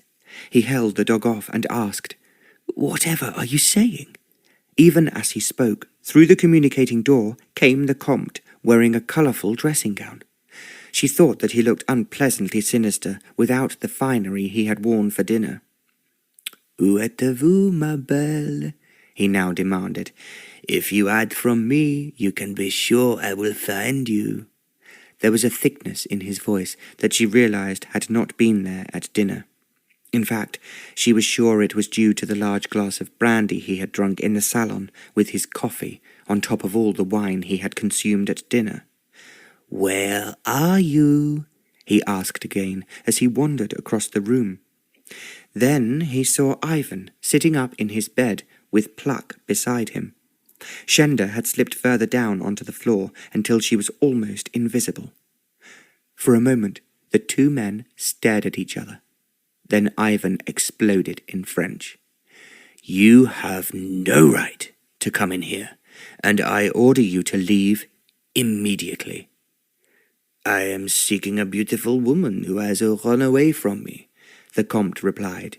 "She is only making me more eager for the chase, and I have no intention of losing her." "I don't know what on earth you were talking about, but if you don't leave this room immediately, I will ring for the servants to throw you out." Ivan spoke to him vehemently, but the Comte was not listening and appeared oblivious of his rising anger. Then suddenly he saw Shenda crouching down on the floor beside the bed. "Oh, there you are," he shouted. "Now, ma chérie, let me take you back to your room so I can tell you how exciting I find you." Shenda did not reply. Next, Ivan yelled at him violently. "Get out of here at once, you drunken swine, and if you don't obey me, I will make certain you are carried out." As he spoke, he pulled open a drawer of the bedside table beside him. He drew out a revolver and pointed it at the Comte, shouting, "Go, or I will shoot you." For a moment the Comte was immobile. "Go, go, or you will be sorry you are hesitating." He waved the revolver at him. As if he suddenly understood what was happening, the Comte backed away, turned and made for the door. As if he realized that the man was an intruder, Pluck jumped off the bed and barked at him furiously. It was then that the Comte seemed almost to throw himself out of the room, slamming the door noisily behind him so that Pluck was left inside, still barking. For a moment neither Ivan nor Shenda moved. As she tried to stand up but found it difficult to rise, Ivan remarked harshly, "I suppose it's your fault that he came here. Like all women, whatever a man is like, you cannot leave him alone. If you have been frightened, it is what you damn well deserve." He spoke to her in a tone of disgust. It's not true. I did not." "Get out," he raged. "Get out, and stay out. I have no wish to see you again. You are just like all women, all completely and absolutely untrustworthy." "Oh, please, please, let me tell you what—" "Get out. Leave me alone. I was such a fool ever to believe you were different." The way he spoke to her was so violent that Shenda felt aghast. With a sob, she ran to the communicating door and pushed it open. Then, as she closed it behind her, she stood still for a moment, resting her back against it and gasping for breath. As she did so, she could hear the captain swearing, "Damn women! Damn! Damn them all!" His voice seemed to grow louder and stronger with every word. With a cry that came from the bottom of her heart, Shenda ran to her room, and it was just as she had left it, looking exceedingly attractive in the light of the candles. She flung herself onto the bed, hiding her face in the pillows, and burst into tears. she cried helplessly. She recognized that she was crying not just because the captain was angry with her, but she had lost him, and the happiness she had felt with him. How long she cried she had no idea. She knew that she could never explain away what had happened, or would the captain ever listen to her. A long time later, when she could cry no more, she told herself she could not bear to see him again. Now he hated her, as he had hated all women when she had first arrived at this house. She climbed off the bed and lit the candles that had blown out, and started to pack her clothes. Her trunk was luckily in the wardrobe room which adjoined the bedroom. She threw in the gowns from the wardrobe, and the more personal things from the drawers. However, she left out the dress she had been wearing when she had arrived. When she finished packing, it was still dark outside, so she climbed into bed, but it was impossible to sleep. She could only think of the fury and contempt in the captain's voice as he had told her to leave. She knew that if she could have seen his eyes, they would have shown how much he despised her. Just how could he imagine for one moment that I would try to attract a man like the Comte? Then she recognized why he hated her. Simply because she was a woman. A woman had once betrayed him, so he expected all women to do the same. It was then that she remembered how different he had become. When they had been discussing the pictures and the artists who had painted them, no one could have been more interesting or more polite and considerate. She had been happier with him than she had ever felt in her entire life. "I love him," she confessed miserably to herself. She had not been aware that it was love, which she had played to him on the piano. Love that made her feel that each day was more enthralling than the last. The hours had seemed golden because she could be with him. She had at first felt a tenderness towards him, as he had been wounded in battle, and then because he had been badly treated by the French doctors. Then she learnt that a woman had hurt him. She longed for him to believe that she was different. It had all happened in such an unusual way, and she had not realized exactly what she felt about him. Now she knew he had captivated her heart from the moment she had first seen him, looking so handsome, yet so shattered by the battle. "I love him. I love him," she told herself. She knew that when she left tomorrow morning, she would never see him again. Now she was crying again, as she had cried when he had sent her away, shouting at her and hating her because she had reawakened the disgust he had felt for all women. She had believed that he had found her different, and she had discussed so many subjects with him, and they had laughed at the same things. They had battled with words, and she really felt that he had accepted her. He had been injured not only by a French bullet, but also by a woman he could never forget. A woman who then personified to him all women, and now she was amongst them. "I love him. I do love him," she cried out to herself despondently. "And I will never see him again." Chapter 7. Shenda waited patiently in her room until she heard Higgins walking along the corridor at 7:45. She knew that at this time he would wash and shave the captain before bringing him his breakfast. She waited very quietly until she heard the door of the master bedroom click shut. Then she ran down the stairs. There were 2 footmen brushing the hall. One of them was Pierre, and she called out to him, "Please, fetch me a fiacre quickly." He turned obediently to the front door, and then she addressed the other footman. "My 2 trunks are inside my bedroom. Please, will you bring them down for me?" She knew that the 2 footmen would not ask any questions, but undoubtedly Higgins would tell the captain if he realized that she was leaving the house.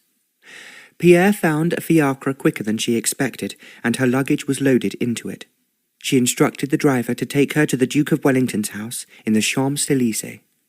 As the horses started off, she looked back, and there were again tears in her eyes as she said goodbye forever to the place where she had been so happy. When they reached the Duke's house, she saw that there was a carriage waiting outside, drawn by 4 black horses. She guessed that he must be leaving Paris, perhaps for Cambrai, where she knew he would be moving shortly. She thought that she might have to wait, and it would be expensive to keep the carriage, so she told the driver to put her trunks down outside the house. Then she rang the bell, and when the door opened, she said to the butler, "I wish to speak to His Grace. Please tell him that Miss Linbury is here." He seemed surprised that she was calling so early, but he showed her into the salon by the front door. She only had to wait 5 minutes before the Duke walked into the salon. "Miss Linbury," he cried, "what on earth are you doing here? What has happened?" "The captain has sent me away." She tried to speak calmly, but her voice broke, and there were tears in her eyes. I'm having my breakfast. Come and sit down and tell me all about it." The Duke spoke in a calm manner that helped her to bite back her tears. He took her into the salle à manger, where he was eating alone, and ordered Shenda to be brought breakfast. The man hurried away, and the Duke asked, "Now, tell me what has occurred." Slowly, in a broken voice, Shenda told him how the Vicomte's friend had arrived, and how she had thought it right to allow him to stay at least for the night.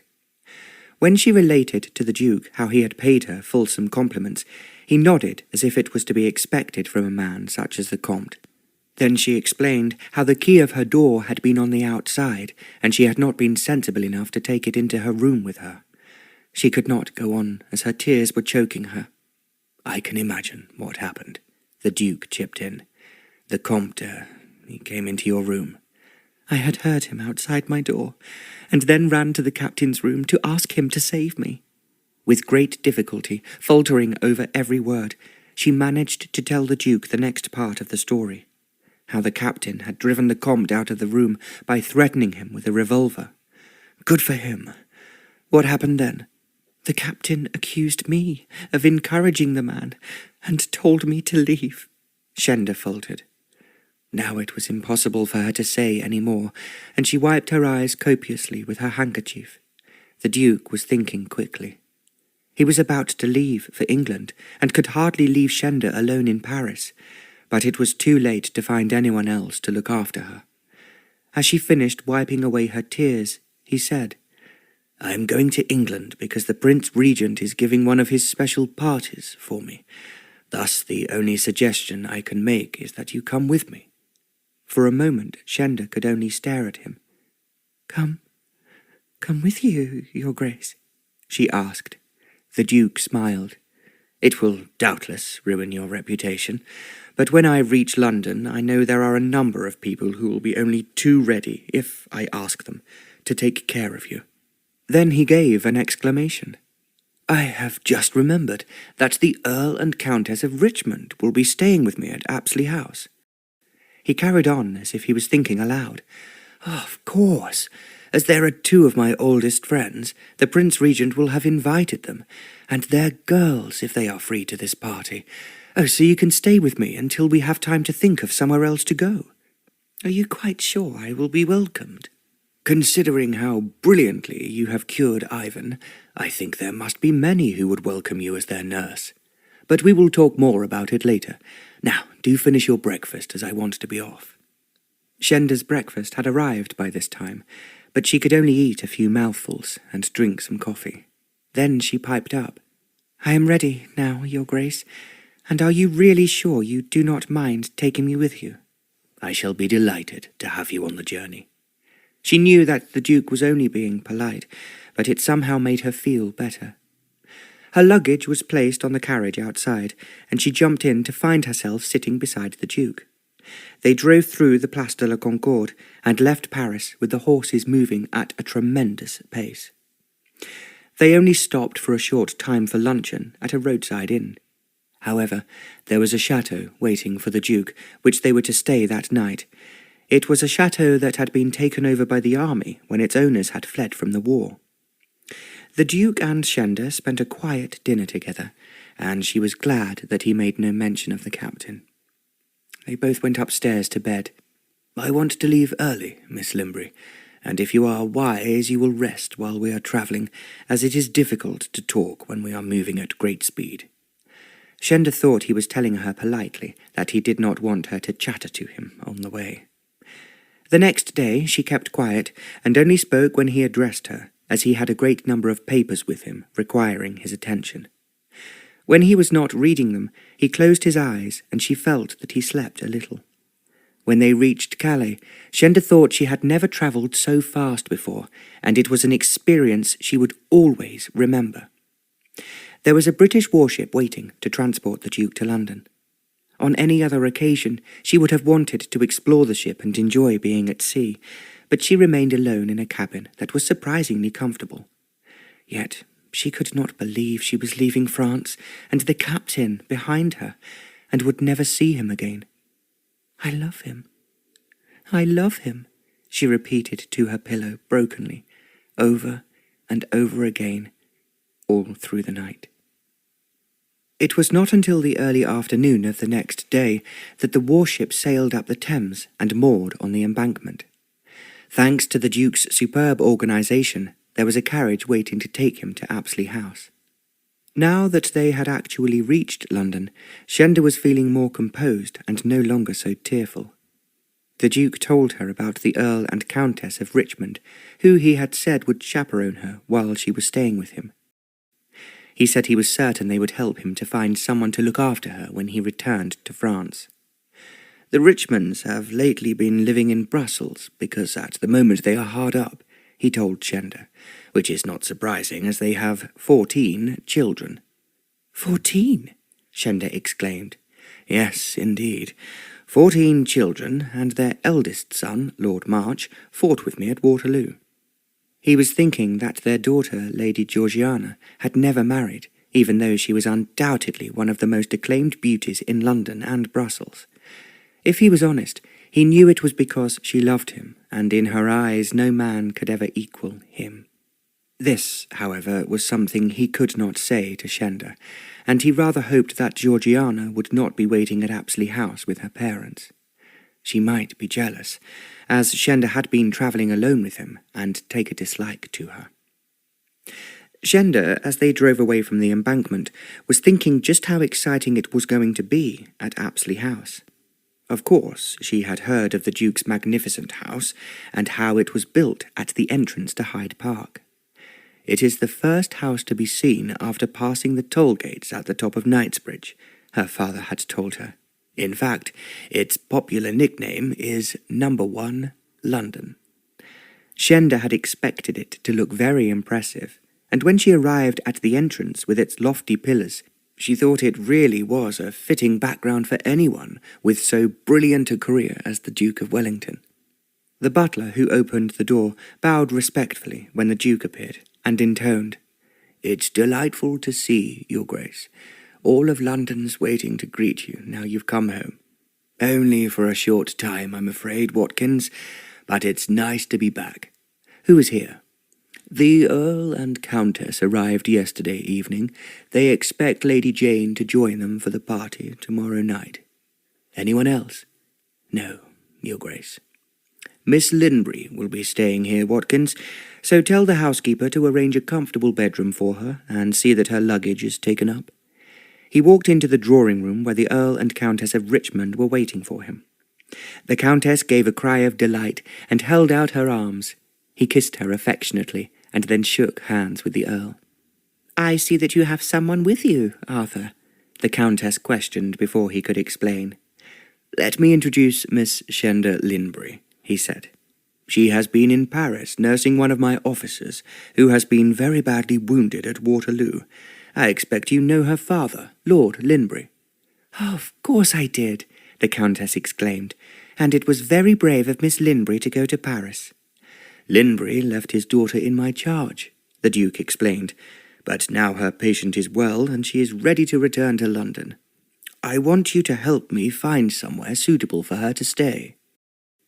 "There are plenty of rooms with us at the moment," the Countess smiled, "as only one of my brood could come to His Royal Highness's party. I am going to see him this afternoon, and of course I will arrange that we take Shenda with us when we go to the party tomorrow." Shenda had not expected this. "Oh, are you certain, Your Grace?" she asked. "His Royal Highness will not mind?" "Of course he will not mind. He was very fond of your father, and I am sure he will be delighted to see you." "Pretty girls are always to be welcomed at Carlton House," the Earl added, "just as they are." They all laughed, and then the Duke said quickly, "I must now go to Carlton House. When I return, I do not mind telling you that both Shenda and I will be very hungry. The food in France was superb, but not so on His Majesty's ship of war." The Countess walked to Shenda's side. "Come with me," she suggested. "We will find out where you are sleeping, and then we shall have to plan which gown you should wear tomorrow night for the party at Carlton House." "I am afraid I don't have anything smart," Shenda remarked as they walked up the stairs. "I lived in the country with Papa until he died, and when I was in France, I took only what I thought was sensible dresses with me." "I can understand, dear. To be completely honest, I don't have anything at all suitable." The Countess gave an exclamation. "I think I can help. In fact, I am sure I can. I have a dress with me which is one of my daughter's. It was her wedding gown. I was going to have a little colour added to it, as she does not like it being all white, but it would be a perfect gown for you to wear tomorrow night at Carlton House."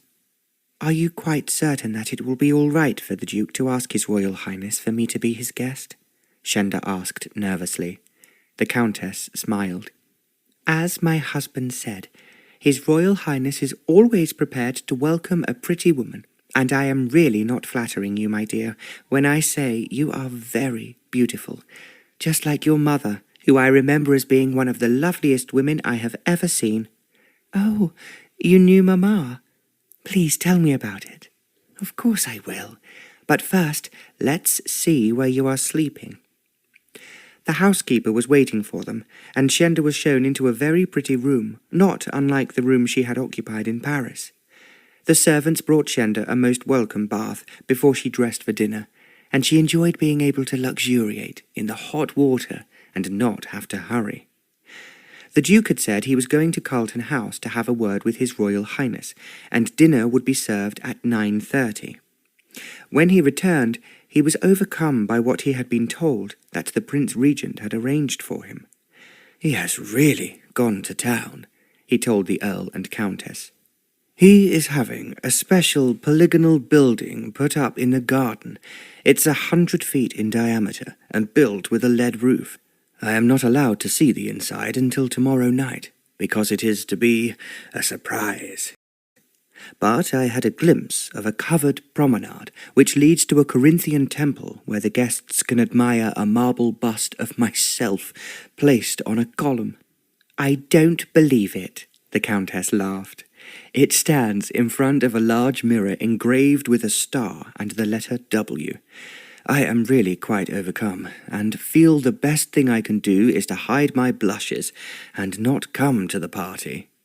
He was only joking, but the Countess commented, "You do know nothing amuses His Royal Highness more than an excuse to hold a fete at Carlton House. I do not know if he told you what he has organised in the parks." "In the parks?" "In St. James's Park there is a Chinese pagoda and a picturesque yellow bridge ornamented with black lines and a bright blue roof." "Good heavens, it doesn't seem possible." "And in Green Park," the Earl joined in, "there's a huge embroidery of a Gothic castle. And then, in Hyde Park, there are ornamental booths, stalls, arcades, kiosks, swings, and roundabouts." "You are making me more and more embarrassed," the Duke murmured. But the Countess carried on. "The trees are all hung with coloured lamps and lanterns, and lining Birdcage Walk and the Mall, railings and low walls have been torn down to widen the entrance." The Duke held up his hands in horror. 500 men have been at work for a month, and His Royal Highness is absolutely certain to produce the most brilliant fireworks ever seen in this country." Shenda was listening to all this attentively, and she added excitedly, "I think the Prince Regent is quite right. After all, no one but the Duke could have won the Battle of Waterloo, when Napoleon's army was larger and more experienced than ours." "That is indeed true," the Earl agreed, "and there is no doubt, Arthur, you deserve every ounce of it." You are all still making me feel embarrassed." "Nonsense!" the Countess exclaimed. "You know you will enjoy being the hero of the evening, with everyone telling you how wonderful you are." "I only hope that is true. Incidentally, His Royal Highness is delighted that we will be bringing Shenda with us. In point of fact, he is anxious to see if she is any more beautiful than the other beauties he has invited, who, from the way he spoke, run into thousands." They all laughed, but Shenda felt shy. She had no wish to embarrass the Duke in any way, and only hoped that the dress the Countess had promised her was worthy of such an occasion. She need not have worried. The next day, after she had slept until it was late in the morning, the Countess brought the gown to her room to see it fitted on her. It was just a trifle large in the waist, but when she looked at herself in the mirror, Shenda knew that she had never worn anything more becoming, and certainly not more fashionable. The Richmonds might well be living in Brussels to economize, but where their many children were concerned, it seemed that they were always open-handed. The gown was from one of the best shops in Bond Street, and was made of exquisite French lace and chiffon. It revealed Shenda's young and perfectly shaped figure, and at the same time it flowed out round her feet, making her look almost as if she was walking on the waves of the sea. In the evening, when the Countess came to her room, she gave an exclamation of sheer delight as she saw how attractive Shenda appeared. The Countess herself was certainly dressed for the occasion, wearing the Richmond tiara, which was very large and glittered with endless diamonds.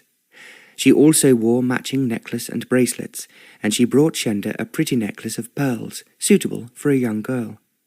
"You are all so kind to me," Shenda told her. "I only wish that Papa was still alive. He would be so pleased to think that I was going to Carlton House. I am sure that you will enjoy every moment of the party, my dear, and I myself am curious to see what else the Prince Regent has thought up." It had been quite impossible all day for Shenda not to think constantly about the captain. But when they finally set off for Carlton House, she was too excited to concentrate on anything but the party ahead. The Duke had told them at luncheon that he had learnt from His Royal Highness that 2,000 guests had been invited to be there at 9 o'clock promptly. It was obvious from the congestion of carriages in Pall Mall and the Haymarket that everyone was anxious to arrive early. The Earl and Countess had intended to be the first guests, but they found a queue in front of them. As they entered Carlton House, they were received by equerries who conducted them to tents and corridors on the front garden. There the Prince Regent was waiting for them. He was wearing a field marshal's full-dress uniform and orders from Russia, Prussia, and Spain. He was in very good spirits, and greeted the Duke as the hero of the evening with great enthusiasm.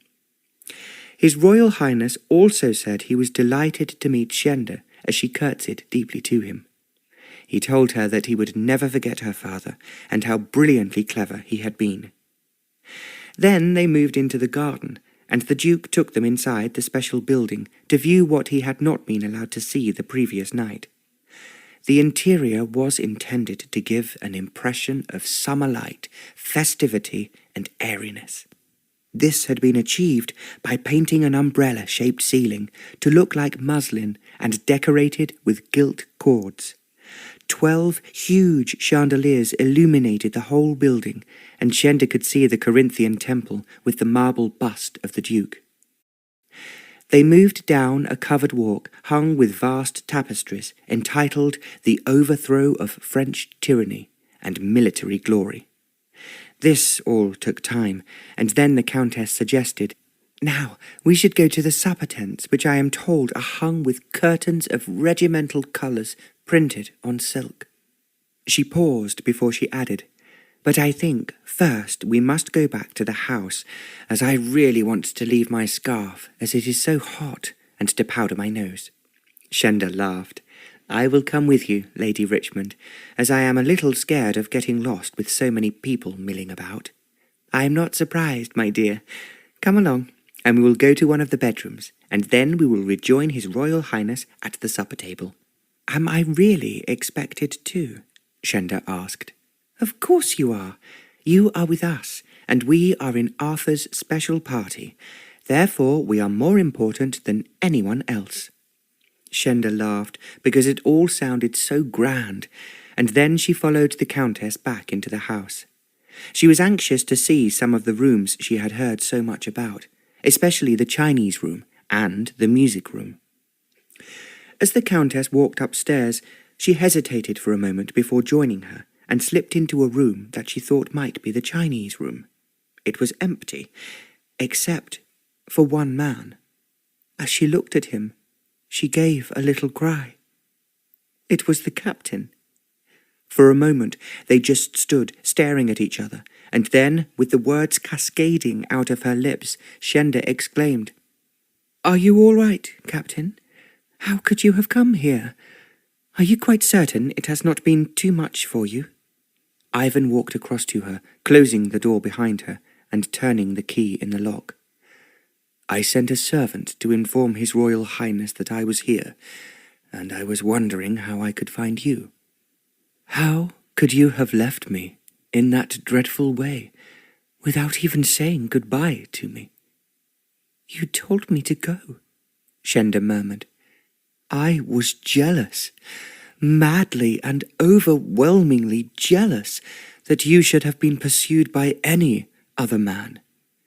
But he was horrible and beastly," Shenda managed to blurt out, "and I came straight to you for help, as I was so frightened by him." "And I, like a stupid fool, sent you away. But surely you must understand I could not be without you?" Shenda stared at him. "What are you saying?" she asked breathlessly. "I'm telling you that I need you more than I have ever needed anyone in my life, and I nearly went mad when I realized you had left the house without telling me where you were going." "You told me to go, Captain," Shenda repeated. She found it difficult to speak, as she was overcome at finding him here in Carlton House, and seeing him for the first time dressed in evening clothes, looking so smart and so unbelievably handsome.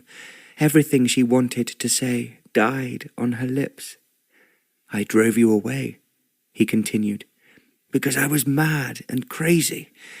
Equally, I was hurt and furious that another man should approach you when you were mine." "Yours?" Shenda questioned in a whisper. "Why are we pretending, my darling? You know that I love you, and you told me you loved me." "I told you?" cried Shenda, feeling she could not be hearing right. Ivan smiled. "You told me 100 times in your music, so you can understand that when I found you had gone, I went absolutely insane." "But you knew I would go to the Duke." "I knew you would go to him, but I had no idea he was travelling to London, so I had to follow you." "It has not been too much for you?" "Not now I have found you, my darling Shenda, but I hope never to have to go through such agony again." "I still don't understand," she managed to whisper. It was then that Ivan moved closer to her and put his arms round her. "Let me explain a little more simply," he murmured, and his lips were on hers. It was the first kiss Shenda had ever had. Ivan drew her closer and still closer to him. His kisses at first were very soft and gentle. Then his lips became increasingly possessive and more demanding. At that moment, she knew that this was all she had ever longed for and believed she would never have. It was love. A love that moved through her with an ecstasy she could not understand. As he held her closer still, she felt as if her whole body melted into his. She was no longer herself, but part of him. Ivan raised his head. "I love you so much, my beautiful, darling Shenda," he sighed. "Now tell me what you feel for me? I love you. I adore you, Shenda whispered. But when you sent me away, I thought that I had lost you forever and would never see you again. How could you think anything so stupid? Please, please forgive me. But as I said, I was madly jealous that another man should even look at you when you were mine. I am yours, Ivan. I have cried and cried because I thought you hated me. I will tell you exactly what I do think about you. As he spoke, someone rattled the handle of the door, and instinctively Shenda moved out of his arms. Ivan made a sound of impatience and unlocked the door. Standing outside was the Prince Regent. "I was told that you were here, Ivan," he trumpeted, "and I am so delighted to see you." He then glanced over Ivan's shoulder at Shenda, and asked with a twist of his lips, "Am I, interrupting something very private?" "I know that you will understand, sir," Ivan replied, "when I tell you I want to marry Shenda Linbury. When I came here tonight, I thought I had lost her forever, and it is something I intend never to do again." "So, you want to marry her?" exclaimed the Prince Regent. "It is something I am delighted to hear, my dear boy. When I learned that you had run away to fight with the Duke, I was desperately afraid I might lose you. I am here, sir, and my wound has been completely healed by the woman I love. I can now only beg you to arrange for our marriage to take place as soon as possible." The Prince Regent looked at him and smiled. "Why not tonight?" he asked. "Nothing would suit me better, sir." "Then all you have to do now is to leave it to me. The Archbishop of Canterbury arrived half an hour ago." He gave a little chuckle and added, "Always the unexpected, Ivan, that both you and I enjoy. Wait here and lock the door until I return." He left the room, closing the door behind him. Ivan put his arms around Shenda again. "You see, my darling, I'm taking no chances." "Does he really mean that we can be married tonight?" "There is nothing the Prince Regent enjoys more than a problem he can solve. In this instance, it is what I want more than I have ever wanted anything in my life." "Are you quite sure that I will not make you angry again?" Ivan laughed. "My darling, my sweet, believe me, I love you as I have never loved anyone. In fact, I did not know about love until you taught me with your music." "Do you really mean that?" "I do swear to you on everything I hold sacred that when you played to me, I learned everything I did not know before about love. The real love that I believe you and I have for each other." "I love you. I do so love you, Ivan.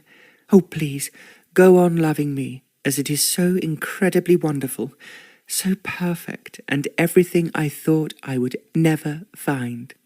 "It is what we have both found, my adored one." Then he was kissing her again, kissing her until it was quite impossible to think of anything but the wonder and glory of their love. It seemed a long time, but actually it was less than half an hour before the Prince Regent returned. "It is all arranged," he crowed, "and the sooner you are married, the sooner I will be able to sit down to dinner with my guests." His eyes were twinkling with anticipation. "Follow me," he ordered, "but we must avoid the guests who are still arriving, otherwise they will expect me to greet them." He did not wait for them to reply, and Shenda and Ivan followed him down several empty passages. They eventually reached a small but lovely chapel at the back of Carlton House. As they entered, they saw the Archbishop arrayed in a brilliant white vestment, standing in front of the altar.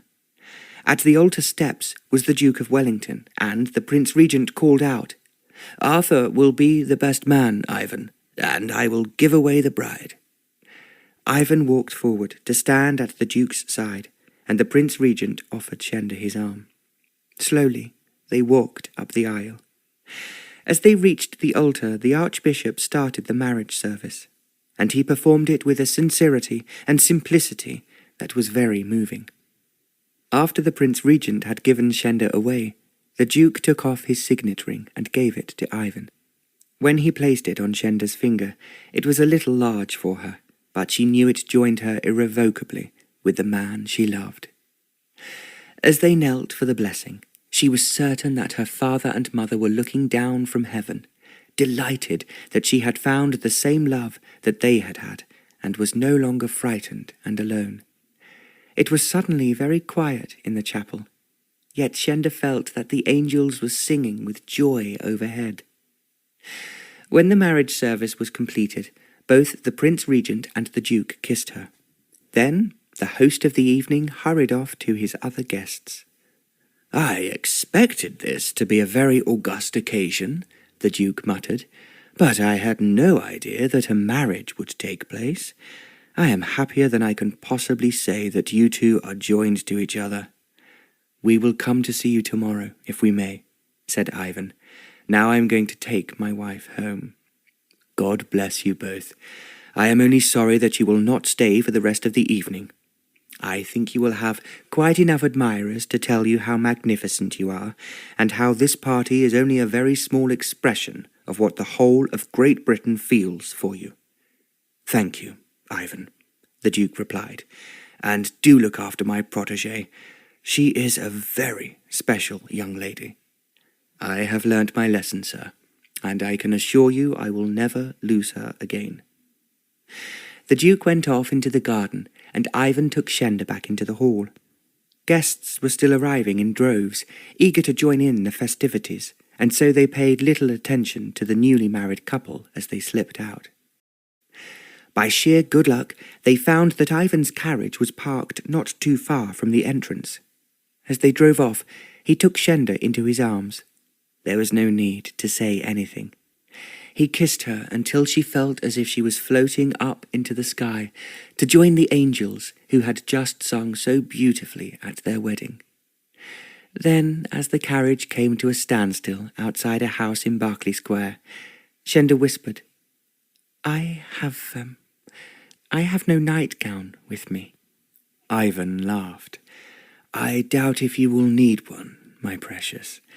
But if it makes you shy, I'm sure Higgins will find you something to wear. He has never failed me yet." As he spoke, they climbed out of the carriage, and to her immense delight, Higgins was in the hall, and Pluck was with him. As the dog, barking with excitement, jumped up at her, and she bent down to pat him, Ivan suggested, "You need to congratulate me, Higgins. I have not only found Miss Shenda, as I intended to do, but we have just been married. I feel sure that you will provide her with everything she requires until you send for her luggage from Apsley House. Leave it with me, my lord, and may I congratulate your lordship and your ladyship on your marriage, which will make us, and I speak for all the household, extremely happy, as I believe you'll both be." Before Ivan could speak, Higgins added, "Anticipating that your lordship be successful in your search for Miss Shenda, there be champagne in the boudoir adjoining your lordship's room upstairs, and also some pâté sandwiches." Ivan gave a little laugh. "You are right in thinking, Higgins, that we did not have time to stay for dinner, so the pâté sandwiches will be very welcome." He took Shenda by the hand and started to climb up the stairs with a happy Pluck following them. They reached the first landing, and there was a door to what Shenda presumed to be the master bedroom at the end of the passage. When she opened the door, she saw a boudoir filled with flowers and illuminated with candles. Shenda looked round her somewhat bewildered, and then Ivan explained. "Higgins was certain I would find you tonight, when we learned you had left Paris with the Duke. Equally, I was desperately afraid that I might not, and that I would have to come home without you. How could I have thought for a moment, my dearest Ivan, that I would find you waiting for me at Carlton House?" Then she giggled. "Nor could I have ever imagined, when I borrowed this gown from the Countess of Richmond, that I would be married in it. And to you. You look so much lovelier in it than I could have expected. You are the most beautiful, adorable, wonderful girl in the whole world, and I am so proud that you are now my wife. Oh, please, go on thinking that, Shenda sighed. Ivan poured her a glass of champagne, and as she sat down on the sofa, he put the plate of pâté sandwiches in front of her. They were to learn later that the Prince Regent and his guests did not start dinner until after 2 o'clock in the morning. "We are going to drink to our own health," proposed Ivan. 2,000 guests are now drinking the Duke's, but no one in the whole party can be as ecstatically happy as I am. I pray I will always make you happy. When I was playing to you, I used to pray that you would be happy and stop hating all females. She said the last words rather tentatively, but Ivan smiled. I love you because you are a woman, and because you have taught me the lesson that not all women are as untrustworthy and despicable as I thought they were. He put his arm tenderly around her as he went on. And, my darling, we have a great many things to do together that I think will make us both very happy. What sort of things? Shenda asked. Does this house really belong to you? She thought as she spoke that it could not be, as she had not expected him to own anything that was so large or impressive. Undoubtedly, a house in such a smart square in Mayfair could only belong to a very rich man. As if he knew what she was thinking, Ivan replied, Yes, it is mine. Shenda's eyes widened. I had no idea. I thought as the Duke was looking after you that you were poor like me. As it so happens, I am blessed with being very rich. As well as this house, we have a large estate in the country, my precious, that we must look after together. And before you ask me, I will tell you that there are many well-bred and spirited horses there for you to ride. Oh, Ivan, it is all so exciting that I cannot believe it.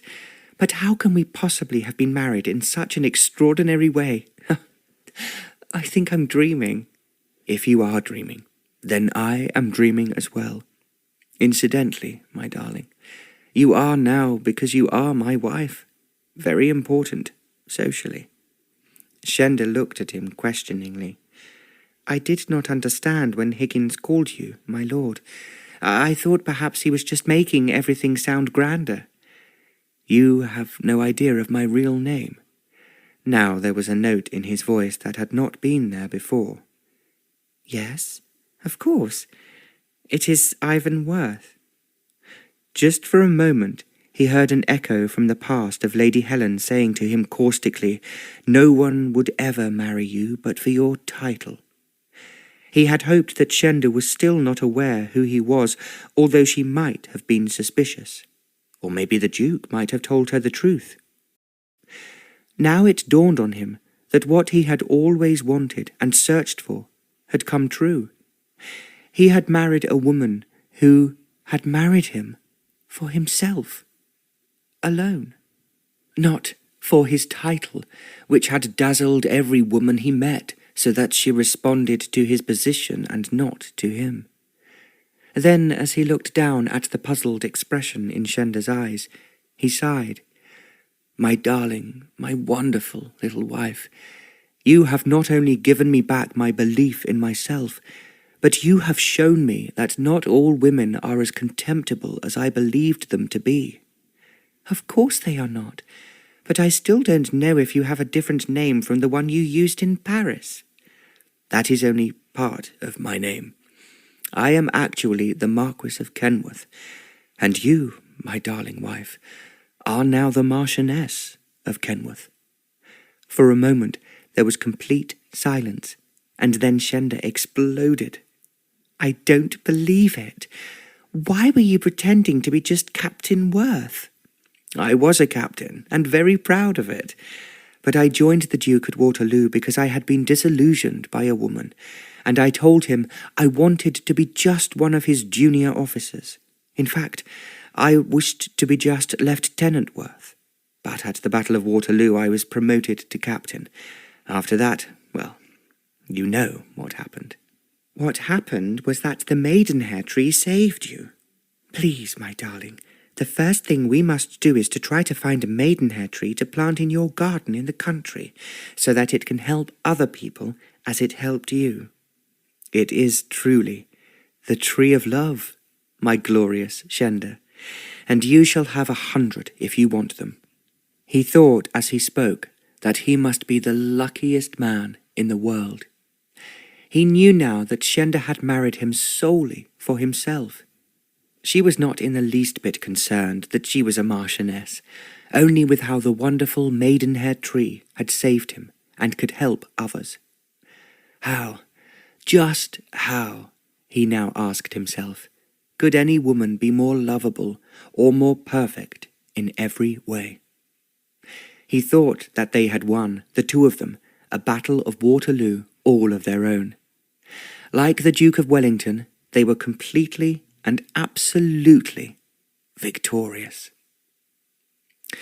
Much later that night, Shenda put her cheek against her new husband's undamaged shoulder and murmured, "How can love be so unbelievably thrilling and so wildly exciting?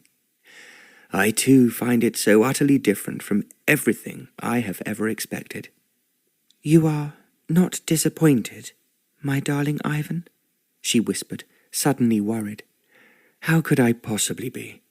I felt that we travelled up into the sky together, and the music you were playing for me came from the stars themselves." "I felt just the same. Oh, darling, we are so lucky, so very, very lucky. How could I have ever hoped, when the Duke did not know what to do with me, that he would take me to you?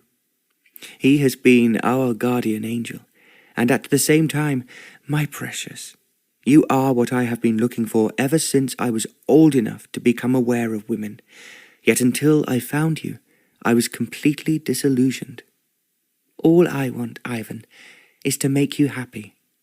I love you so much that there is nothing in the world to think about or to dream about except for you." He drew her closer still. "I love you, and I worship you, Shenda. You are so right, my glorious wife. We will now plant our own tree of love so that we can make sure that people feel as well and as happy as we do. There are thousands of ways we can express our love through helping other people and by banishing from our home anything that is selfish, unkind, and hurtful." He was thinking about Lady Helen as he spoke, and then he eliminated her completely from his mind. He had found the perfect love that all men seek, but few are privileged to find. At this moment, it was impossible to feel happier or to be any more grateful to the great power above who had brought them together. Because he seemed reflective, Shenda moved a little closer to him. "I adore you, my Ivan, with all my heart and soul, and I hope never to disappoint you in any way." "You could never disappoint me.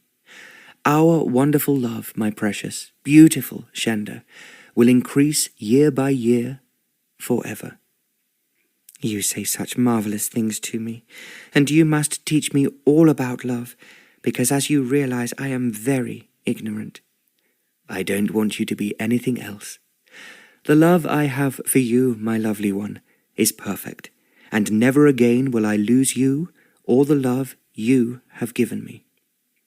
"You really did hear me saying it to you when I was playing the piano." "You told me of perfect love, and that is exactly what I have been searching for, even without realizing it, ever since I became a man. Now, my darling, we can touch the stars together and learn about each other, but nothing we do or think will be more marvelous than what has happened to us tonight." "I still think I must be dreaming," she whispered. "Please, darling, kiss me and tell me that this is real and I will not wake up." Ivan laughed very gently.